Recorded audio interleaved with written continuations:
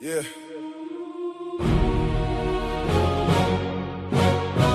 Welcome to Flipping Tables with Dwayne. This ain't about comfort. It's about conversation. If you're ready to think, pull up a chair. I came to shake the room, not tear it apart. Ask the hard questions, get straight to the heart.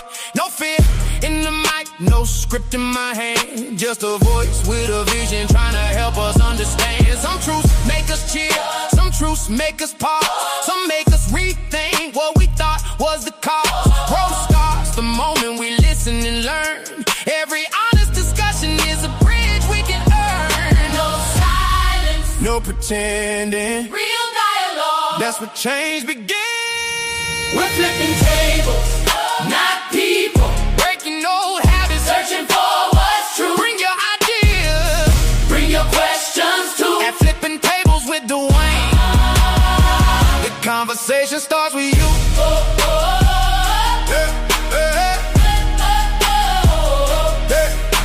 No echo chambers, every voice can speak. Strong ideas grow stronger when they're tested every week. Some will agree, some won't, and that's okay.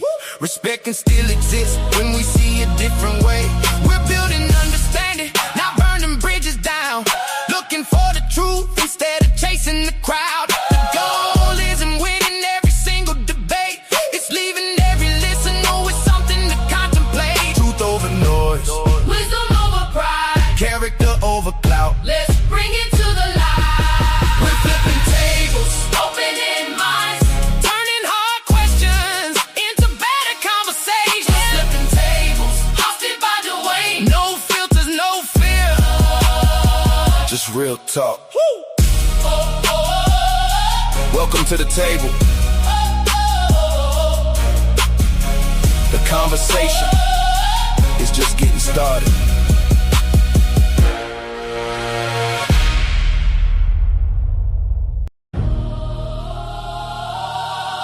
Turn the lights on. Mic check.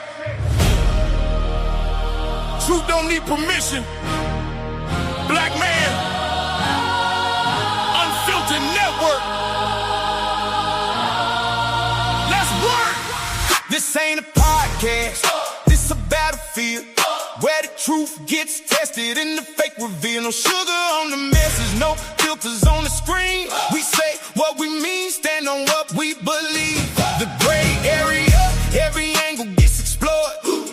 Paul and Peter bring the questions to the floor. Different points of view, but respect stays alive. Strong ideas survive when they're challenged and refined.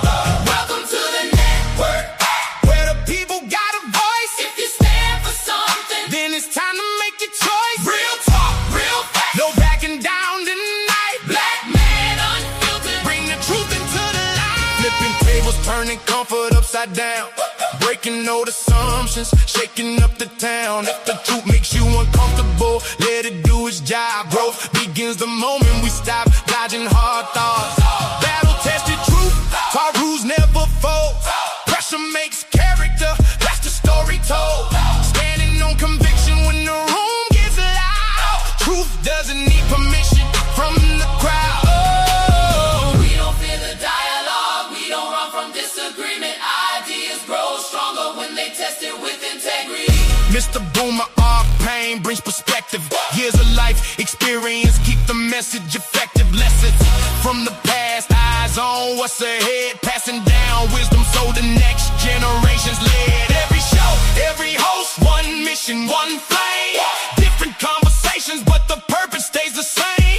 Build the people up, challenge every mind. Leave the fear behind, it's truth over time. This is the Black Man Unfiltered Network, where conversations matter, conversations matter, where ideas are tested. their voices are The heard. great area, Flipping tables, battle-tested truth.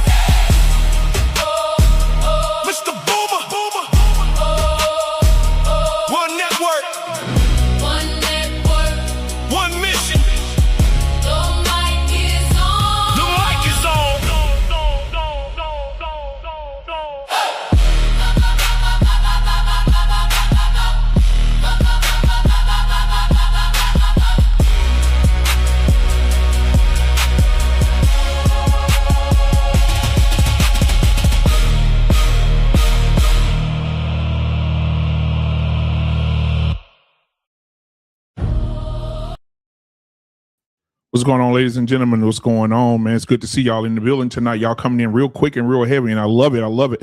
We got a great show tonight, man. I'm going to go right to the show tonight, ladies and gentlemen. I want to have a good conversation tonight. All right. Anybody that was in the military and who contributed to the military in any way, you're welcome to the show tonight. Anybody that's not in the military, you're welcome to the show tonight. But I want to have a conversation. It's like somewhat like a bridge in the gap type of conversation. But there has been claims that military soldiers and street soldiers are the same. Military soldiers and street soldiers are the same. There have been claims. Okay. So we're going to get into that in just a second, man. If you're watching right now, thank you for being here. You could be anywhere else, but you chose to be here with Black Man Unfiltered tonight, and I appreciate it. Also, I would like you to show your appreciation if you can, please do this for me. Hit the like button and the subscribe button right now. If you are not a subscriber to this channel, that helps the channel grow. All right. Hit it right now. We want the algorithm to be fed. And when it's full, we are elevated. So hit the like button, subscribe button. That's for free.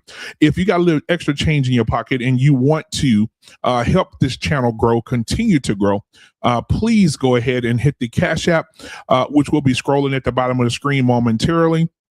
You'll be able to give that way. And also, if you want to give through the super chat, you could do that as well. The super chat is at the bottom of the chat. Hit that as well and help your boy continue to grow this great network that we have here. All right. Again, thank everybody for the 6,000 subscribers who have subscribed to this channel and trusted your entertainment needs and truth. Over 6,000 of you. Thank you so much for that. Also, thank you for over 2 million views. We thank you for that as well. I am ecstatic. I am excited for the next chapter as we move forward to 10,000 subscribers. I know we just hit 6, but I believe that 10,000, it's on the way. So I appreciate you guys in advance. Thank you so much for being here. Hit the like button, hit the subscribe button. Guys, we got some people coming in here tonight. We got Jay Prince will be in the building tonight, ladies and gentlemen. Jay Prince says that street soldiers and military soldiers are the same. They just do it with a tuxedo on, and the street dudes do it with jerseys on. We're going to talk to Jay Prince tonight.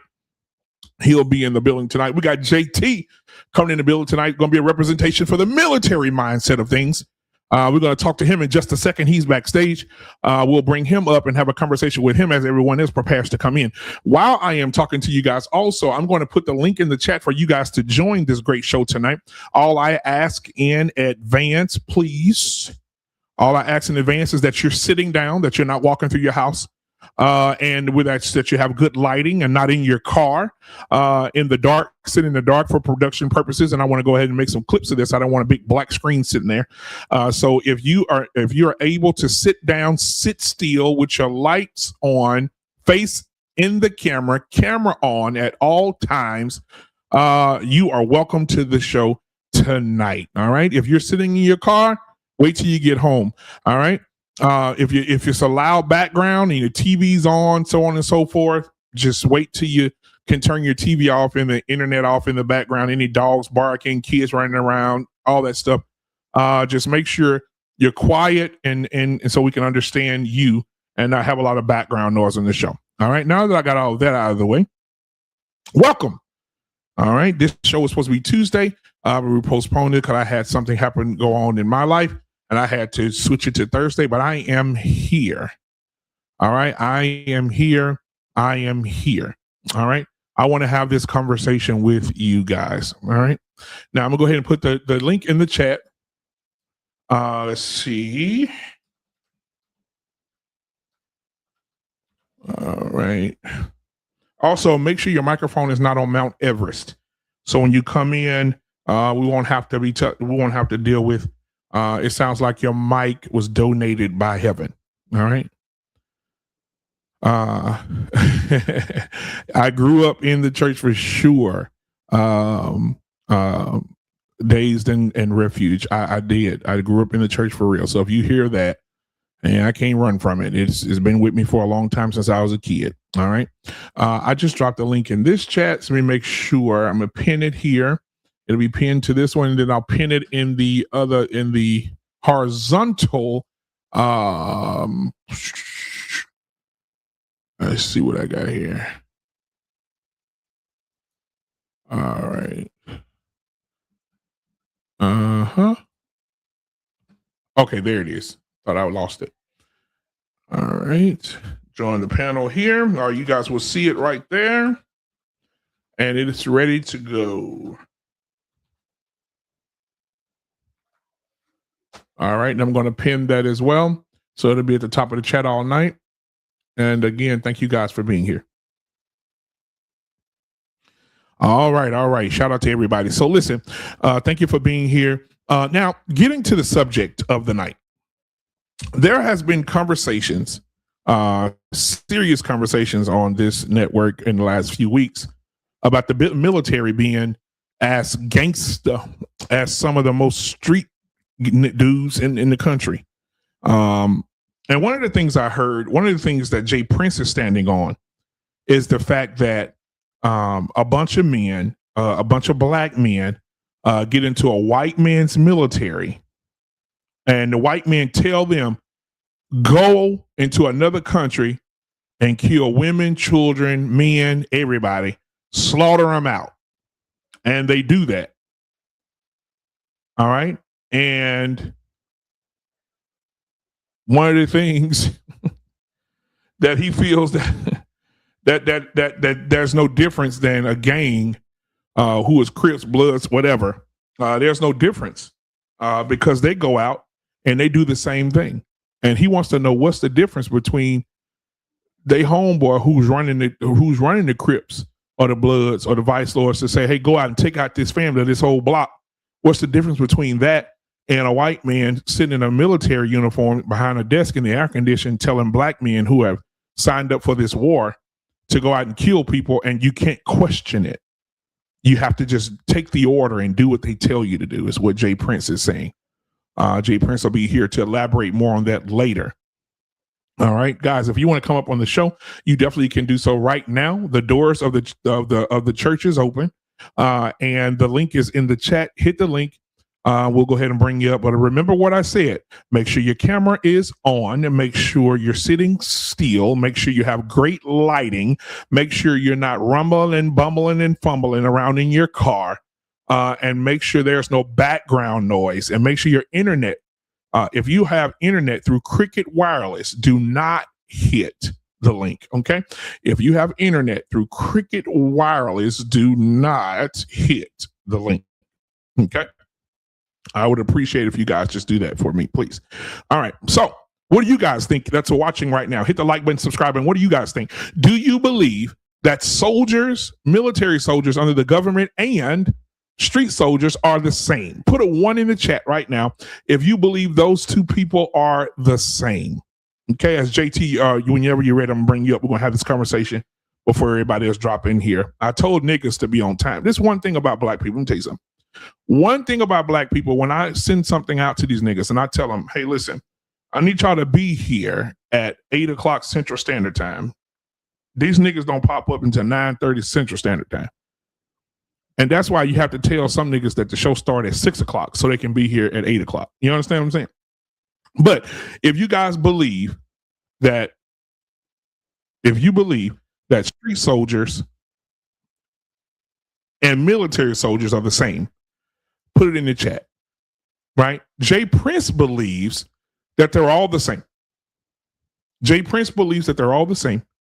Jay Prince believes that the white man telling a bunch of black men to go kill up somebody, there ain't no difference than gangs on the street popping up and going killing somebody. And he wants an explanation tonight. This show has been breathed and birthed over the last 3 weeks of conversation between JT and also between him, JT, and JP. All right. All right. So, ladies and gentlemen, I want to first bring up one of my guys who is going to could bring some light to this. I'm not sure if he was military or not, but I know he's going to be against this. Okay. And so I'm on my way. I see T-Mac says his watch stopped working. Line nigga. He said he's on his way, man. Good shout out to you, brother. Send that link to your people too, man. Bring them on over here. Pause. All right, so I'm gonna bring up my brother from another mother, man.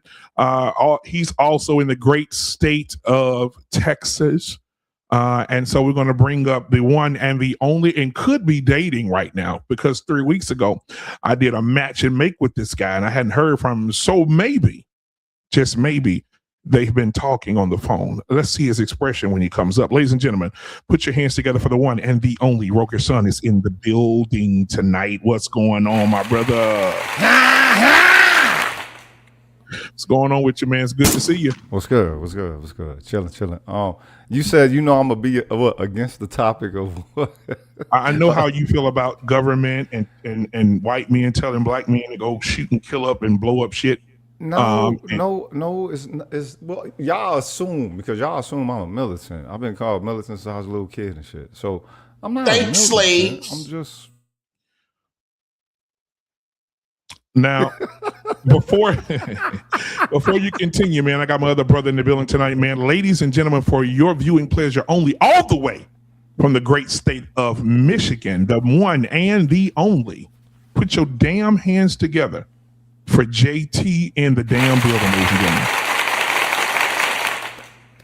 All right, good to see you. Next up on stage tonight, the yellow fella that's constantly yellow. Everything he said is always about the crackhead. Ladies and gentlemen, put your hands together for the one and the only. Coach Ferg is in the building tonight, ladies and gentlemen. It's good to see you, man. Good to see you. So I want to jump right into this conversation, man. Jay Prince is really teaching and preaching on this. And Rogish, I'm gonna get you back in here, but I want to just get, he says that there's no different than a gang, than the Bloods, the Crips, and the Vice Lords who go out and kill people. There's no difference than a white man telling a whole bunch of black men who signed up for a white military to go out and kill somebody in a whole nother country, and they go do it freely, and they can just walk into a village and kill and pillage. And there's been, Jay Prince also said to me today, I talked to Jay Prince earlier today. Jay Prince also said, there's no difference because there are military men who went to the Vietnam War and came back and got hung in trees. Men who served in the Civil War, black men who served in the Civil War, who came home from the war and got hung up in trees. He said he don't understand how black men can keep signing up for a military that never got them benefits. He said, what about the soldiers who came home from the war and had to go to the back door to get their food and was still called niggas and still spit on and still dragged through the country and weren't able to eat a nice dinner in the front of a restaurant, had to pick it up in a brown paper bag at the back of the restaurant. Jay Prince said he got smoked for JT tonight.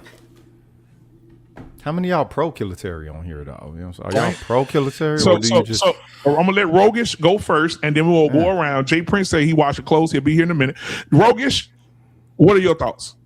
I mean, y'all know me and Jay Prince. You know, we don't get along, whatever. But do you agree with the nigga? Oh yeah. No. It's not that I agree with him. He's right. That's the only thing that it can be for a black man or a black woman. You know what I'm saying? I don't know what black women. You know, they ain't got no pride for the country. They don't even fight. Want to fight? I want to fight and all that. Nah, they're just looking. They just looking for a come up the same way as a foreigner is over here. But for black men in the kilitary, when you realize that that's all it is, it's not a military. A military is for defense potentially. This shit is you ride a shotgun for a private corporation. You feel me? And doing their murder for black people participating in the military, you're being merely a murder butler. So you know what I'm saying? Yeah, that really ain't no different than it is from putting in work with a street tribe set. Ain't no motherfucking different because they're not running on their own orders. They're carrying it out from up on high like it came from a big homie, and you know what I'm saying? It's time to ride. So there is no difference. You're right, it is the same fucking thing. Culturally speaking, if we put our cultural lens upon that and our cultural measure and metric, yes, it is the same thing. All right, so we'll hop over to Coach Ferg. Coach Ferg, what are your thoughts on military men who served in the military from 30 years ago, 60 years ago, who were spat on and who were called nigga and who were told to get their food at the back of a restaurant, and then they still served in the country that hated them? according to Jay Prince and history, of course. What are your thoughts on the military men being no different than the regular guys out here, the regular thugs, the regular gangs out here in the street? Go ahead. Before I answer the question, has everybody here gone to the military? Yes, no. Everybody that's gone, do y'all have an honorable discharge? Yes. Who said no? Somebody said no. I said yes. Honorable. Okay, everybody got an honorable discharge. I get a confirmation. Rogue, you got an honorable discharge? For sure. I should have one. Oh, They should have gave me an OTH. But yeah, I got honorable. Okay, they should have. I got a re-enlistment code of 3 though with an honorable discharge. You didn't join the military, right? So, but you you've been an honorable man outside the military, right? Yeah. Okay, so you want to raise a family, coach football. So yeah, you're an asset to the community, right? But I do believe that if the community got stupid, you would protect your family, right? Absolutely. So in reference to that, it would cost you BMU right now. And if a family, just say somebody a young man right now in your neighborhood get deleted by another young man, it would cost that family almost $300,000-$400,000. Test. Y'all hear me? Yeah, you good. Okay. Thanks. If just on burial alone, I don't know what the prices are. It's at least $20,000, right? So you gotta get a GoFundMe, right? All these things are happening, right? And another kid that did the street dumbness, he's gone for 35, 40 years of his life. So that's a 2 for 1, 2 niggas for 1, right? That's a 2 for 1, $200,000. I'll just say on 100,000 on both sides of that family gone down the drain, right? Okay. Now, as far as military for a young man, most niggas coming out of school with lackluster effort anyway. So if you coming out and you say, I'm gonna graduate high school, I'm gonna create my own business, y'all don't trust each other enough to learn how to barter, and then being able to have that skill set, what can you produce from your own brain and your own mind? Are you speaking on behalf of the military or yes, neutral?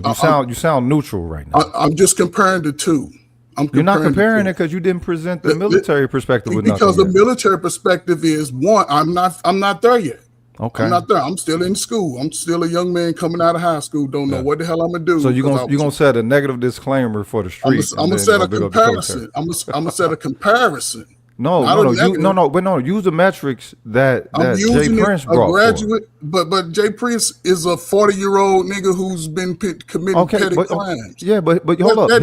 He's not. Wait a minute. Culturally, he's not wrong in that view.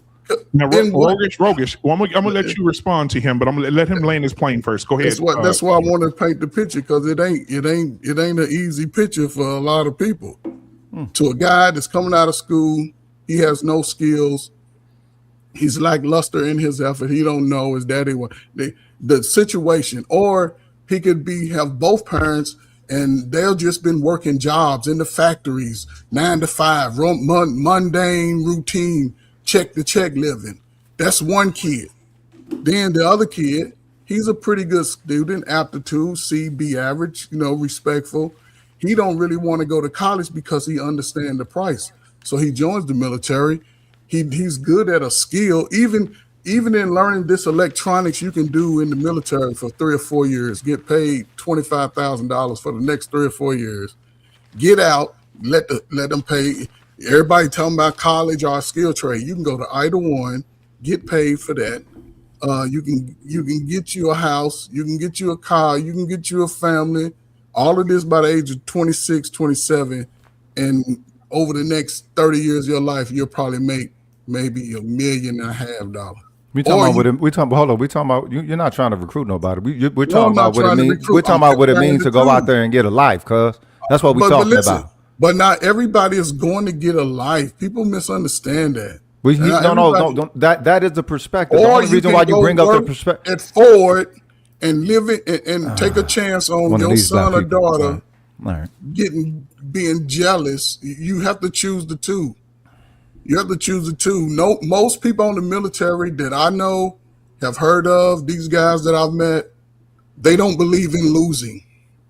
They don't believe in losing. Do they believe in going into a motherfucking random village and just taking everybody out with some goddamn M16s? No. Do they believe in dropping bombs on a motherfucking child? You know what I'm saying? Simply because they might be a part of a village. Do they believe in all that demonic shit that the goddamn military got people doing, that for some reason you proud motherfucking vets don't like to set off shit over here for your people in the military state of mind? Like the fucking give acknowledged to. Because if the dudes that did, if brothers like these two here did what they were trying to do, niggas like you crying in the community, JPs wouldn't exist. Oh, God. They wouldn't exist. They wouldn't be causing terror. They wouldn't be out here selling drugs to mamas and uncles and cousins. We talking about going out there to get the motherfucking body, and here you are coming up with some moral measure as if the standing that you have, and the standing that you have on one of these peckerwoods to send your old coon ass out there to go murk a motherfucking whole village. Get the fuck out of here. Oh, dude, this is the reason why that ignorant nigga Jay Prince is motherfucking relevant within this shit. Motherfuckers like you, they just participate just to participate. We talking about going out there to get the murder, man. Okay, now Rogish, what we're gonna have to do, Rogish, is we're gonna have to do one mic. I'm gonna let you respond to him. Y'all can have a back and forth, but if we start crowding the mic where the people can't hear you, I'm gonna have to stop y'all. So, but let me get everybody else in here first, Rogish and Coach Ferg. So, welcome to the show, JT in the building tonight. JT, what are your thoughts about what Jay Prince said and what a lot of people said? I was looking at videos and stuff today, trying to dig into this. There is a lot of people out here who successfully, not as far as with Jay Prince's lifestyle, but a lot of people that feel like Jay Prince, that the military has always been a place where men will go to succeed. They will go to have a career, but then there's a dark side to it. So I called my cousin today, Jerome. He said he was going to come to the show tonight. I just texted him. He said, give him a minute. He's a truck driver, so he'll be set up in his truck when he calls in. But he said one of the things about the military is a beautiful thing. It paid for his college. It paid for he still gets paid today. He said, but there is a dark side to the military. He said, I've done things that I'm not proud of. And he said, I had to do it based on the fact that it was an order, and you cannot disobey an order in the military. And he said, fucks with me. Now, my brother-in-law who went to the military, shout out to Patrick Bates, who went to the military. I'm going to text him in a second as well. He said that too. He said it fucks with his head. Let me tell y'all this story. He said I was able to tell this one. So shout out to Patrick. He said that he was in the military. One of the things that confused him, he said they came up on a village of children. And he said he was told by a superior, don't let those kids get close to you because they can have bombs attached to them, so on and so forth. And he said as the kids was running up to try to hug them, he said he was told to take them out. Now, he said, fuck him and his squad. He said, they fucked the kids up. He said, what fucked his head up to this day, what causes him nightmares, is that when they checked the kids, none of them had bombs. They just wanted to hug them. Yes, sir. And so they talk about the dark side of it too. So JT, I want to get into black men, they would shirk their fucking humanity for an order from one of these fucking peckerbugs. Okay, so this is the thing. I'm an American. Fuck out of here. So this is the thing. Go ahead, JT. So this is the thing. 90% of the people that have those stories, they won't. That is a small minority. It's a different part of the components in the military where someone has to experience that. That's when you start talking about, this is not even infantry. There's not going to be an order. First and foremost, there are laws. First and foremost, there are war laws that can get you in a whole lot of trouble if you out there doing something, especially when it comes down to kids. Facts. Ain't nobody about to be with the naked eye just taking any orders. They're not giving anybody any orders to kill kids. The facts are already out there, man. Like there. Y'all ain't I'm talking, Rogish. Come on, Rogish. You got to let them finish, Rogish. You let them. Everybody gonna go. Then we can have it back and forth. We got to get Scam Likely. Rockstar, welcome to the show tonight as well. Go ahead. How y'all doing? So first and foremost, yes, it's called military. So there are certain things that you're going to be doing that's not going to be of morals in any capacity, because you're fighting a war. If that's the case, for the majority of people that made it to the military, they wasn't fighting no damn war. This is let me just lay down some jobs in the military. Mail deliverer, quartermaster, which means supplies and all of that. Doctor. You got lawyers. What's that? JAG? Jag. Yeah. Hey, Mechanic. speak as civilian as possible. We're talking about the job of taking life. No, That was hold the on, guys. context. Let Truck JT drivers. Let He knows what I JT mean. let JT land. Go ahead. He knows what I mean. Truck drivers. driver. You also have people of God, right? Don't they call them chaplains? Yeah. They call them chaplains. You also have you also have people that do things like build things. Yes, engineer, construction. One of the engineer. biggest things about our military is that we go to other foreign countries. And build No our matter own if it was shit. a war or not, if we was responsible or not, we are building those countries Our up. own shit. Yes, we building our own shit. Let me So know when- when you get situated. Tell me, I bring you up. So then you also have to understand this also. People like Rogish, myself, Rockstar, Scam, we all had to do this thing called sign up for selective service. Every one of us, men, in order to be a citizen in the United States. Yep. So if you didn't have people that were going to volunteer, guess what you would end up having? Motherfuckers getting drafted. So no matter how you look at it, if you don't like the military in the United States, then you should go to another country and you should volunteer to be in that country and not be in the United States. You get drafted in. What does it mean to be a United States citizen? So hold on, Rogish. We gotta get everybody in first, and then we'll open the floor up. Can I say this real quick about the law? Going forward, as of this year, BMU, like going into this, I think it starts in October. You no longer have to sign up for the selective service if you're 18 in America no more. Guess what happens? You automatically are enrolled. They automatically check it up. You can Google it right now. The new law, I think it kicks in October. So y'all nephews, cousins, regardless, they automatically signed up. Most of them ignorant motherfuckers can't make it anyway because they can't pass the damn ASFAB. They can't read a goddamn book. They'll It's the very eliminate them. same government that you're talking about fighting for that's actually making it like that. I have a question. So Yeah. for the people that are watching tonight, guys, because I really want people to listen to this conversation. So if we're clashing with each other, it's okay to go back and forth. But if we clash with each other, people can't hear us and understand us in the audience. Now, I do have a question. When did the ASFAB, when was that, what year or how long has that been a part of the military, JT? I don't know the This is the exact year, 70s. but it was as soon as they got rid of 70s. After Vietnam. after Vietnam War. Okay. Yeah, after Vietnam. Because my So that daddy was was like- drafted. Yeah. That was probably what was that? 72, That was like 73? 72, yeah, early 70s sometime when they did the ASVAB. Because I was under the old I can give it, ASVAB. yeah. All right, so let me go to this then real quick. So I know I got JT, Coach Ferg in here, Rogish. Y'all had y'all say. I want to get Scam Like. Let me move Jay Prince over just a little bit because I want to make sure I get to do this in order as everybody came in. Okay, Rockstar was first. Okay, so Scam Likely, what are your thoughts on what the things that you heard briefly, and then we'll go to Rockstar, Tommy B, and Jay Prince. What are your thoughts about what people feel about how the military was toward Black men, and then why and the dark side of the military and the things that people have done that they're not proud of? Your turn. All right. I'm gonna express both sides because I have a bias, but it's more opinionated. Somebody got record noise. I just fixed it. Go ahead. Okay. Everybody got a right to their opinion, but facts are facts. The military is what the military is. You're gonna do something you don't want to do. There's some BS on one side. The benefits are for a lifetime. There's things that are what they are. You do go to basic. You do make this amount of money. You do this to get promoted. This is the GI Bill. Those stuff are fixed things and they're factual.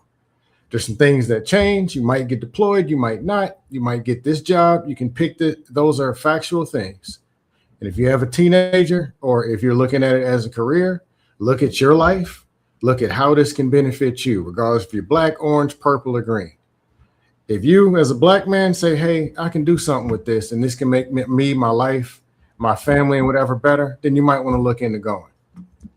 The truth is, some of what Rogish and Jay, some of them, there's a part of that has some truth to it. I can't speak on back in the day, but I'm gonna believe that yes, there was some stuff true. But every system in this world, I'm not Mr. Pro America. I'm not.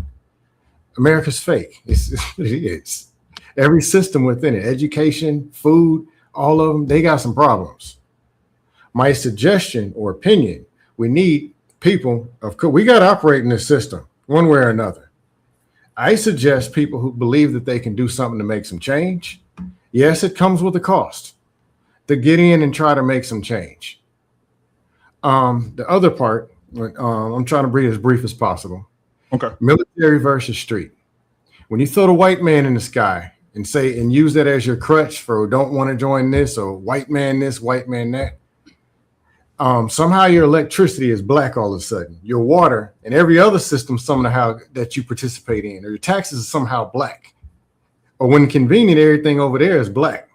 But then when it comes to the military, it's all white. But then you'll go to the streets where the white man can now take a vacation and go play golf. Because you won't even go over somewhere. You'll go kill the very people in your own neighborhood. A form of killing your own damn self. So you'll kill your next door neighbor, the dude up the block. You'll snitch on your homeboys. Yes, I said it, snitching. Get in a fight with your own people and do 30, 40 hard years in the big house for that very white man for 50 cents an hour, or 50 cents a week, whatever they pay, put on your commissary. That's ridiculous, a form of slavery. You'll risk all that, but won't do something for a couple of years that can benefit you and your family and affect change. Start your own business and push back against the very system that you complain about. A lot of that is my opinion. So I ain't gonna sit here and fact and go do no data and all this stuff. But this is what I see. Why y'all hopscotch the context? The context that Jay Prince presented was in the element and the intention of killing. Not just you're gonna be military yourself in this.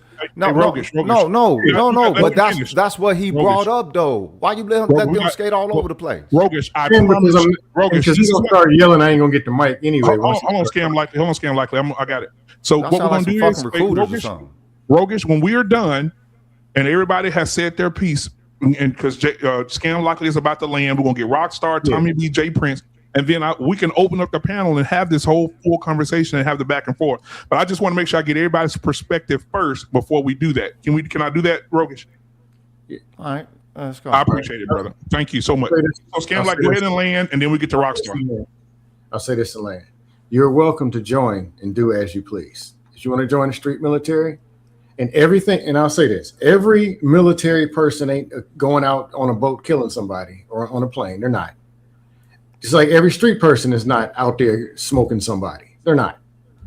But you get to choose what it is that you want to do. If you want to pick the streets and you want to pick whatever, go for it. I'm not going to argue with you. Just know what you're asking for and what you're getting into on either side. And the military is not perfect. It has some issues and it's part of this very system. I won't lie about that. That's all I got for now. All right. So we got Rockstar in the building, man. Welcome to the show tonight, brother. Thank you for coming. What are your thoughts on what you've heard so far? All right. How y'all doing? First, I want to make sure it's my volume good, Mike, right? Yeah, you good. You good, brother. All right. First of all, I want to say this. There's a lot of layers to this conversation. So what I'm going to do is, with my level of intelligence, I want to make sure that I input what needs to be input within the layers that are talked about in the conversation. One of the things we have to be careful with when we're having conversations is like this, is that when we have good points, we want to be careful not to overlay those points, because what happens is you give others a point to argue where you might have not given them a point to argue if you would have just kept it within that layer instead of overspilling in the things that become irrelevant. But that's neither here or there. But I just want to let y'all know, with a conversation like this, I'm going to do that. That way, I'm not gonna, even if someone argues, I don't want to donate them an arguing point. So, with that being said, it's a few things that's guaranteed in life, y'all. And I'm kind of connecting to what JT said, where he said, if you don't like it, you can go to another country. Well, it doesn't matter what country y'all go to on this planet. It's a few things that are guaranteed. That's life and death, love and war. Good luck finding a place where that is not going to exist in your lifetime. All right. So let's get that straight. Secondly, when it comes to Black excellence, look, man, we need Blacks to infiltrate every fucking thing that exists in this society in order to win. Okay? That's including the fucking military. We need more police. We need more politicians that stand for us. Hell, we need our own party, right? And so the complaint I have is with the extremes on either side. That's the complaint I have, right? Because I don't see a need to, like, what I'm saying is to me, it's a very minimal argument when it comes to shitting on the military. My grandfather was a 2-time war veteran, Black Panther, right? He experienced Vietnam. They sold him a lie. He land. These motherfuckers end up having to shoot kids. But guess what? You want to know what he told me? He said, but son, unfortunately, I had to come home to you. The war was wrong. It wasn't righteous. But what am I to do? He came home and he hated these motherfuckers. Came back to racism, right? He he acknowledged it, right? Two things can be true at the same time. You see what I'm saying?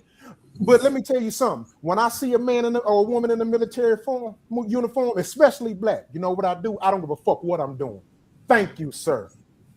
Thank you, ma'am. I appreciate you. I'm honored. Regardless if the war was just or not, it's the heart. And it's the willing to be able to be willing to sacrifice your fucking life for something, even for a country that don't give a fuck about you. You more of a goddamn man or a woman than these bum ass niggas in these streets. And I'm gonna give you credit at least for just that. And I land. All right. So then after you, we had Tommy B. Tommy B, what are your thoughts, man?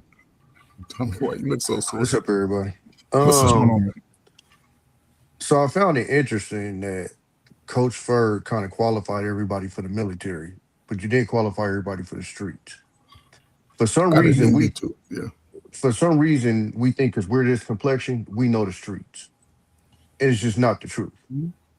I've been on the panels with most of y'all. Most of y'all aren't in the street adjusting. Most of y'all ain't sending out packages. Most of y'all ain't answering prison calls. Most of y'all aren't in the street. But we're about to have a whole conversation as if you're in the streets or was in the streets or yada, yada, yada. Why? Because you're this color and you grew up in a bad neighborhood. So when we have these discussions, it comes from a place of ignorance anyway, because again, and since I've been on YouTube, I've noticed this. I'm this color and my neighborhood wasn't that good. So no, I know what I'm talking about. And it's not even to give the stripes or nothing like that. It's a do you know or do you not know? Most of you do not know. Most of y'all think the streets is meant to society. And it's not. That's literally the most extreme version of it. Definitely. That's literally most of y'all will never see in your life or experience in your life. They literally took the worst days of that man's life and made it seem like it was every single day of his life because they only had a limited amount of time. But that's most people's look into it. And so when we had these conversations, it's no different than like secret forces, right? Most of us see what they show us on TV. They don't show us that 90% of the time all they doing is planning. It's only, and me and Mandrell have had this conversation, it's only 5 to 10% action. It's mostly boring as shit. It's no different than in the streets. We spent more time standing around spitting sunflower seeds, drinking beers and talking shit than anything else happening. But we had these conversations as if like you walking outside your door and you ducking bullets, and it's like that's not the case. So when we had these conversations again, most people are having it from a perspective of, oh, I'm this color and you know, my brother went through this, yada, yada, yada. And most of you niggas never sent the package. Most of you niggas never answered a jail call. Tommy, I have a question. Do you know What's most up? of us? Do you know most of us? I'm trying to understand. No, do you know most of us? Yes or no? I don't know you. I know most of the people on the panel. No. Do okay, you Rockstar. know? No. Let me stop you. No, I've been around these dudes. I've been around these dudes for 6 years. You're new. No, I want to ask. Let me rephrase. Black man. I know you. Yep. You got JT. I know you. Rephrase it? No, that's not what I'm asking. That's okay, Scam. I know you. Allow me to rephrase the question. Yeah. Have you known most of these men on this panel your whole life? Yeah, do you No. know life? Right. Okay, so your whole conversation was void. Black man. I know you. Yep. Your whole, JT. I know you. R-Pain. I know you. Coach Ferg. I know you. I agree with Rockstar, man. Thank you. Okay. But You ain't known us. No. Hold on. Pause. Your whole conversation is Coach void. Ferg. We've And been I'm here gonna for tell you 6 what a wise years. man told me. Hold on. No. When you assume, because when you assume, you make an ass out of you and everybody else. Question. Coach Ferg, That's you what send the the word packages is. right now? Look. If he Are you was sending largely packages? correct, he's largely correct. Stop, You bro. don't. If Coach you. Ferg, are you sending a package right now? I'm Are you 58 answering years yes or no? old. I'm trying to get a package in the mail. I'm 58. It's different. Are But you I sending don't make packages? blanket comment. I don't make blanket I'm too old for that. like that. What do you mean you too old for that? Okay, don't hold make on. Stop. You talking about packages, man? I don't know what you're talking about. I I go don't know to what you're talking work. about package, man. I You go to talking work and come- package, man. I Don't take go me to back. work. Came in the I go conversation to work. disingenuous. But that's the I go day, to Tommy. work and I come home and I take care of my kids. I'm Yes. still sending packages because of what the fuck I was into before now. What you, It ain't got shit Hold to on. do with what I'm into now. So what I'm saying is, when you're in certain shit, it's shit that comes from that. So let's have this conversation because this Today? never comes up either on the panels, right? I'm lost. We always talk about what they say. When you go to jail, ain't none of your homies gonna be there for you, yada, yada, yada. You know who I never see on the panel? The niggas that wasn't there for their homies. So either you niggas wasn't outside, or you Ekene, I can't niggas bring that you wasn't up there in for the their dark, homies. sir. I can't bring you up in the dark, Ekene. I'm confused. You're in the dark. Come back when you're in the light. All right, now look. This sounds like either a defense for either so-called side or party. So we got to that ain't what we this got to supposed get to Jay be. Prince in. We got to get Jay Prince in here. Right. Jay Prince, welcome to the show tonight. He's the last one to go. Then we'll open up the panel, man. Jay Prince, thank you I for being want to here. know if I was going to have enough time to illustrate my point since you gave me this time to do this show for this specific topic. You got 10 minutes. I wanted like at least a good 10 minutes just to show. Nigga, that's a whole YouTube show on itself. That nigga said 10 minutes. We can't listen to you for 10 minutes straight. What the fuck you been drinking, How nigga? about 5 2 minutes? 5 2 minutes, JP. Hold on, y'all. Hold on. So he did. So Jay Prince did reach out to me and say, "Hey, listen, I don't want to come on the show." This is what he said. He said, "I don't want to come on the show and just be, belligerent." He said, "I want to actually show them something that shows the proof that I believe that the street soldiers are the very same as the military soldiers." That don't take 10 minutes, though. But do we have to listen to him in 10 minutes straight? Can he Hey, break well, it can down? you drop him, Take man? Can you drop him in? Because the show is going to be for me. All right, man. Hey, look. So Jay Prince, let me ask you this, Jay Prince. As we go on, we'll continue to flow the show, and I definitely want to get to a point because Jay Prince, I just said everything that you said already. I don't know if you really. They spend 10 minutes talking about nothing. Jay Prince, let me ask you this then, right off the top of your head, Jay Prince. So this is what I said that you said, and this what got everybody riled up. Then you got a few people on here that agree with you, right? You got Roget's son that agrees, right, with you. I didn't really want nobody to speak for what my point of view or what I was coming from. I wanted to show more evidence because all we do is talk. I want to give people a visual and give people the reality of a lot of stuff than just talking. That's how without evidence. This is what we'll do. You don't really have nothing but people just talking. Okay, so this is what we'll do. Like I said, the show will flow through. So we can play one of your clips and then have a conversation, and then we can move on to the next one as we go on through the show. We'll break them down instead of having them all in one straight 10 minutes. We'll break them down and discuss them. Is that cool? We good? Yep. Okay. So one of my things I want to show right quick. Can you pull this up? Pause. Okay, go ahead. Pause. Okay, it says where I'm at. Woman found dead in woman found dead in a car crash. A 30-year-old woman was pronounced dead after the car she was driving in the 500 block of North 33rd Street swerved out in traffic and struck 3 parked cars Sunday afternoon. Her 4 children who were in the car at the time were not injured, police said. Eunice Sheridan was pronounced dead at the scene. It was apparent traumatic her body, according to Wu at the Bam. Well, this is my mom. That was us. Me and my siblings was in the car. The first body, well, she was the 5th body that we seen dead at that age, but it was just crazy. That's my mom. I just want to just show that picture right quick. Then I want to show you this video right quick. Okay, and then this is my brother. Can you pull up this? Yeah. My brother-in-law. My brother-in-law. Right. Let me get this right quick. Okay. Milwaukee police officer Michael Mahalski last summer. 31-year-old Jonathan Copeland entered a guilty plea for first-degree intentional homicide. District attorney here says they were approached by Copeland's defense this morning to enter that plea. What is your plea then, sir, to the charge of first-degree intentional homicide? Guilty. Copeland faces a mandatory life prison sentence for the murder of Milwaukee police officer Michael Mahalski. Mahalski was executing a search warrant last July for arrest that a 28th life. Copeland shot Mahalski in the head as he climbed a staircase. The plea agreement dismisses other charges. It would have enhanced the penalty of first-degree intentional homicide. That means Copeland will be sentenced to at least 20 years in prison. After that, a judge will decide if he's eligible for release with extended supervision.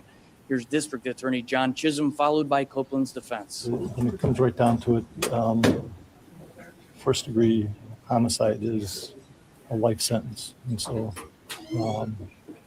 there isn't a lot you can negotiate under those circumstances. Why did Mr. Copeland want to do this? So let me elaborate on some. Let me take that down. So everything I'm about to show, right, is real life, and I made the news. I'm not going to show people us committing crimes. Of course not. I'm not going to show me committing no crimes. But I'm just showing you. I'm just showing people what, where I come from, and what created us niggas, right, was the bitch and the black men. What I mean by that is that these black men that been to the military, these black men who have been to the military, they take so much pride. Now, do I respect the military? Yes. Who do I respect in the military? The whites. And the reason why I don't give no respect to the blacks is because while you sitting up there taking pride and thinking that you did something for your community, first off, you was over there getting treated like a slave. And my uncle was in the Marines around Vietnam, told us that he was getting shot by his opposition in the and you can actually Google this, in his white soldiers, right? They was getting shot from both angles. That's one. Then they got black men or black women is still today is getting raped inside of the military. But yet we sit up on one breath, we say we hate, we despise greatnesses and stuff like that. But the amount of greats that happen in the military, especially amongst black women, is astronomical, and it still continue on today. Yet you still take pride in this. And as a black man, you taking pride for standing up. And this is where my vitriol come from. You take pride in risking your life for an army that don't give a fuck about you, use you as debris, use you as a shield to protect their motives, to protect their whatever the case, to protect their shit. And you take so much pride in that. Meanwhile, while you was up there taking pride in fighting for the white man, we was down here on this end of the streets getting shot. I got videos of my cousin who get killed by the police. I got videos of us starving. I got videos of the black man ran from fighting the white government that you signed up to go fight for. That same government removed you and put y'all in the military during drafting season. Put y'all in the military, and then that's what created us nigga. Because why? We didn't have you guys. The daddy was in the military. While we sit up there had to fight and fend for ourselves. We protected the black community. Yeah, you might just say that it got some fucked up ways of protecting it, but you couldn't fight, you couldn't touch a black woman without them niggas pulling up. The military didn't pull up. The military didn't pull up when my 14-year-old people got the black military. Didn't pull up when my family got killed. The black military didn't pull up when niggas getting spanked, when these little girls, my little cousin who was getting raped. The military didn't do a motherfucking thing. The black military didn't do a motherfucking thing for the black community. But yet, you want to sit up here and come back with your 4-star general badge because you want to go fight for your opposition. You want to go fight for motherfuckers who want you dead. They never hit it. You want to go fight for motherfuckers who put you in slavery, who subjected you, who made you feel like you ain't shit. And while you was in the military and out the military, yeah, they gave you resources, but one thing they didn't give you was a sense of manhood, because the only thing you was to them was a trained pit bull. You no different from a K9 unit. Just like the police trained their K9s, their dogs, to fight their battles to protect them and do their job. That's all you is. You did not get power. You did not get your family back. They still don't respect the black man image, although hundreds and thousands of black men fought for this country, and yet black men still get no respect. So what did you fight for? You sure didn't fight for respect of the black community. You sure didn't fight for the black men to be in their kids' lives. You sure didn't respect for the black woman to see some type of respect in you. The black hood is the same look, the same way before you went to the military and after you went to the military. The only thing you could come back and say you did great was the benefits that you received and what's in your house and all that woo out the bam. You didn't do a motherfucking thing for us, so we don't want to hear no motherfucking you talking to us. You can't come up here and try to play daddy after all us done grew up and dead and we done went through all this trauma. Now you want to come up here and tell us to respect you. Man, motherfuck you. I respect them niggas. I respect the thugs. I respect them niggas. I respect all the organizations, the black gangs. I respect them way more, because at the end of the day, when the shit went wrong in the neighborhood, we had them niggas gonna call and they was pulling up. All right. Now land right there, Jay Prince. R-Pain just came in, so I want to give R-Pain an opportunity to respond to you and anything else he's heard while he's been listening. R-Pain, go ahead, sir. Hey, Black Man. Right. Yeah, man. What's up, fellas? What's up, everybody? What's going on? I'm not going to respond to Jay Prince. I mean, that's his opinion. I just have an opinion on the situation myself. I worked for the military for 38 years. And my whole job was giving these soldiers weapons that worked so they can win the wars and battles they fought out there. It was. I didn't care about the politics, but everybody in my family, all men, went to the service. My father was in the Korean War. My uncle was in the Korean War. My cousin went to Vietnam. My grandfather was a merchant marine. Both of them were, and I mean, everybody served. And one of the things is, you don't just serve the thing because you're black. You serve the place. You believe that this country has a future for your family. This again, you guys can say what the fuck y'all want to say. You don't have to say nothing if you've been in them motherfucking ranks, man. If you've been in them ranks, you know the bullshit. So how y'all gonna sell yourself the fucking illusion that they trying to sell us? This is bullshit, man. Hey, let him get his mic time. You got to be calm until everybody got. They say R-Pain just came in. I'm tired of lying niggas about this shit. Okay. You can't call it cool. Rogish, and guess what? You'll be able to respond to if you think they lying niggas. And when everybody has said their stuff, like these peckerwoos absorb you in the fucking military, man. Go ahead. Rogish, I need you to be quiet while R-Pain talk. Go ahead, R-Pain. Yeah, and the funny thing is, it's these are people's life's experiences, right? You call them a liar, but some people actually did this shit, right? One of my uncles, he was like one of those kind of guys who had to do stealth operations. So he had to take people out up close in the Korean War.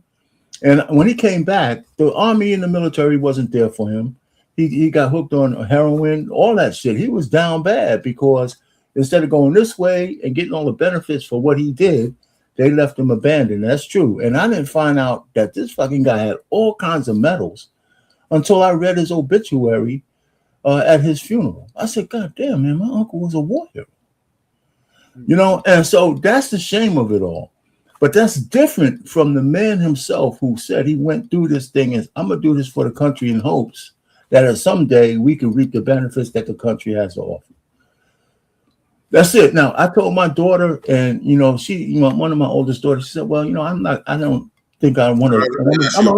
Let me fucking finish what I'm saying, man. Jay Prince, I appreciate let him finish, Jay. My daughter said, you know, I don't really appreciate this 250th thing, you know, in the military. I don't think we're doing all this shit.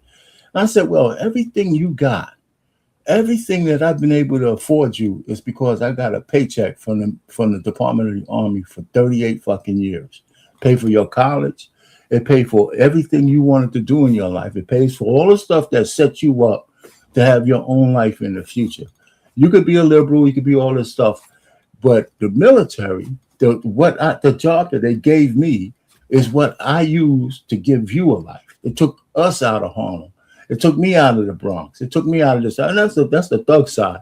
I was always adjacent to that. I was young, man. I was around the Black Spades, the Seven Immortals, all that shit back in the day, but I was never a part of it. I just knew them guys. And then somehow I escaped it, but that was it. So I had to tell her that's why I like the military, because they gave us everything we have from a paycheck standpoint. So, I mean, I'm going to just land it there. Everybody can have their own opinion, but... You know, I have a certain respect for the military guys because they're doing shit that most people won't do. I want to say this, man. For a country that may not love them back. I want to say this. First of all, to villainize one over the other is what kills me, right? Because if you noticed, I've not once shitted on street niggas, right? And you want to know what's crazy about it? The way some of y'all are sounding, y'all act like as if most black men that join the military are from the fucking Fresh Prince of Bel-Air. Most of them from the goddamn hood, niggas. Yeah, so you see how stupid y'all fucking sound when y'all shit on men that went to the military versus street niggas. This is how asinine y'all fucking sound, right? So my point is this.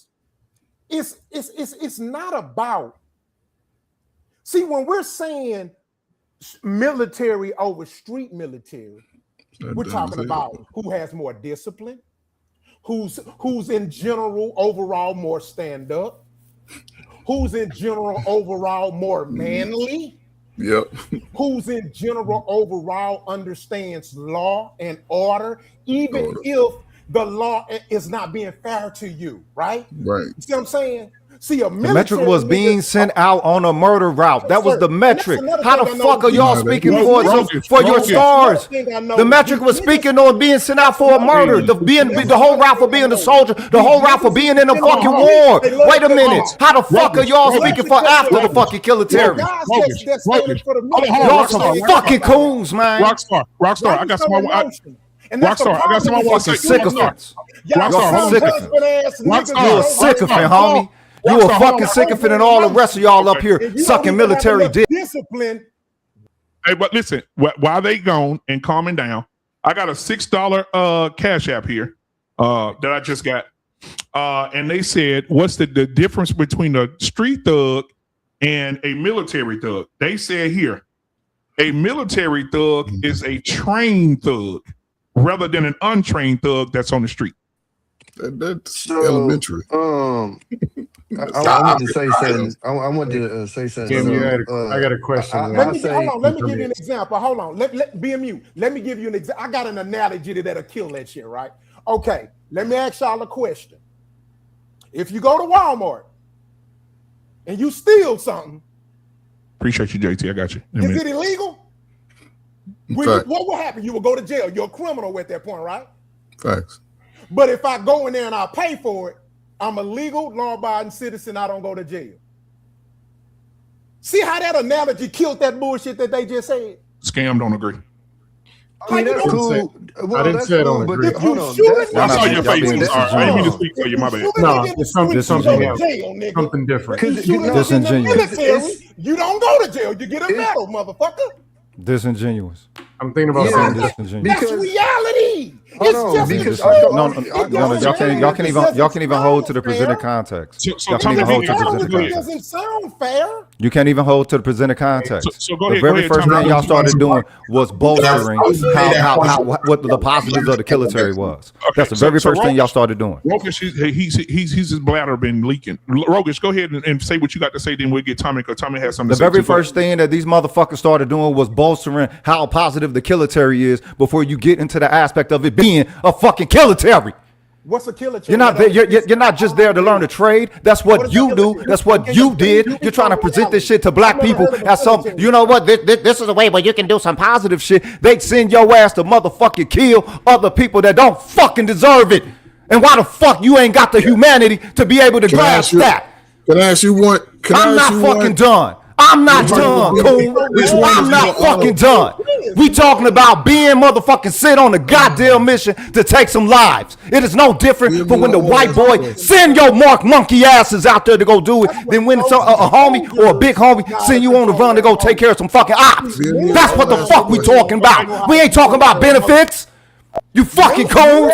We ain't talking about no fucking benefits. We talking about war. We talking about being effective in the motherfucking war. And if you're gonna do that on your agency, or if you're gonna do that by a fucking order, hold on. Get the fuck out of here. You do not have a fucking black measurement for how you were in the fucking military. You don't have one. Russia, you was there as a fucking minority doing whatever these goddamn devils told you to do. The fuck up out of here. I've never been in the military. Like every other motherfucking hoe ass nigga that I met up in that motherfucker that'll yield to a fucking khaki. You just played yourself. I've never even been in the military. Fuck out of here. Hold on. Weak ass motherfucker. You ain't nothing but some money. Let me say this. Let me Did say you this. just throw up some gang signs? Wait, oh, hold on. Fucking God. Hold on, y'all. We gotta be careful what we doing right now when we having this conversation. I understand that you guys are passionate, but we have to take this shit. We have to take this down to a minimum when it comes down to cussing. It messes up our channel. All right.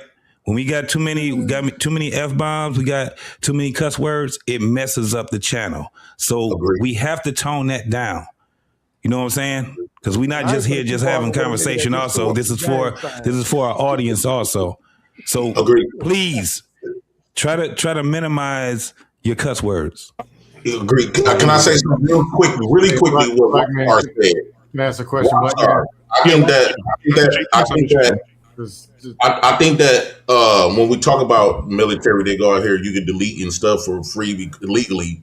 But the problem is the people that y'all went in war and possibly had an opportunity to delete wasn't your ops. Did nothing to you specifically. That part. Right? That part. The people that was actually done mess you up, the people that took you from your family and enslaved you were the people that you were shooting for and protected. So can I ask this question? The people that your enemy. I want to ask this question before and we you go tell us black folks to respect it. Like you did something for the community. The only thing you did was weaken our black community because now you became their soldier. So we have a race war today. Guess what you soldiers gonna be? Against us. No. Thank you. That's exactly what it's gonna be. Jay Prince, hold on, Jay Prince.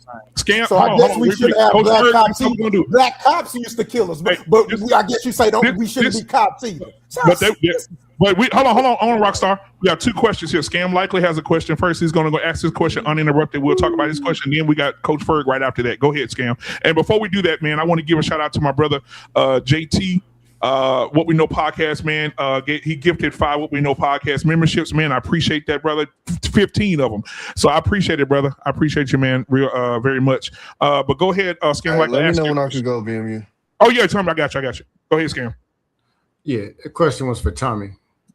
Tommy, when you first came in, you were talking about people not knowing the streets. Are you more pushing back on? Because I don't like narratives. That's why I really can't stand what's going on in this very conversation on either side. Just being honest. military or street side. But you were you trying to say that the military is picking the worst and worst of the street and saying they're them street people, and then trying to argue against that versus there are people who live like it being more realistic. There are people who just who didn't choose it and live in it. There are people who live near it. People who you get what I'm trying to ask.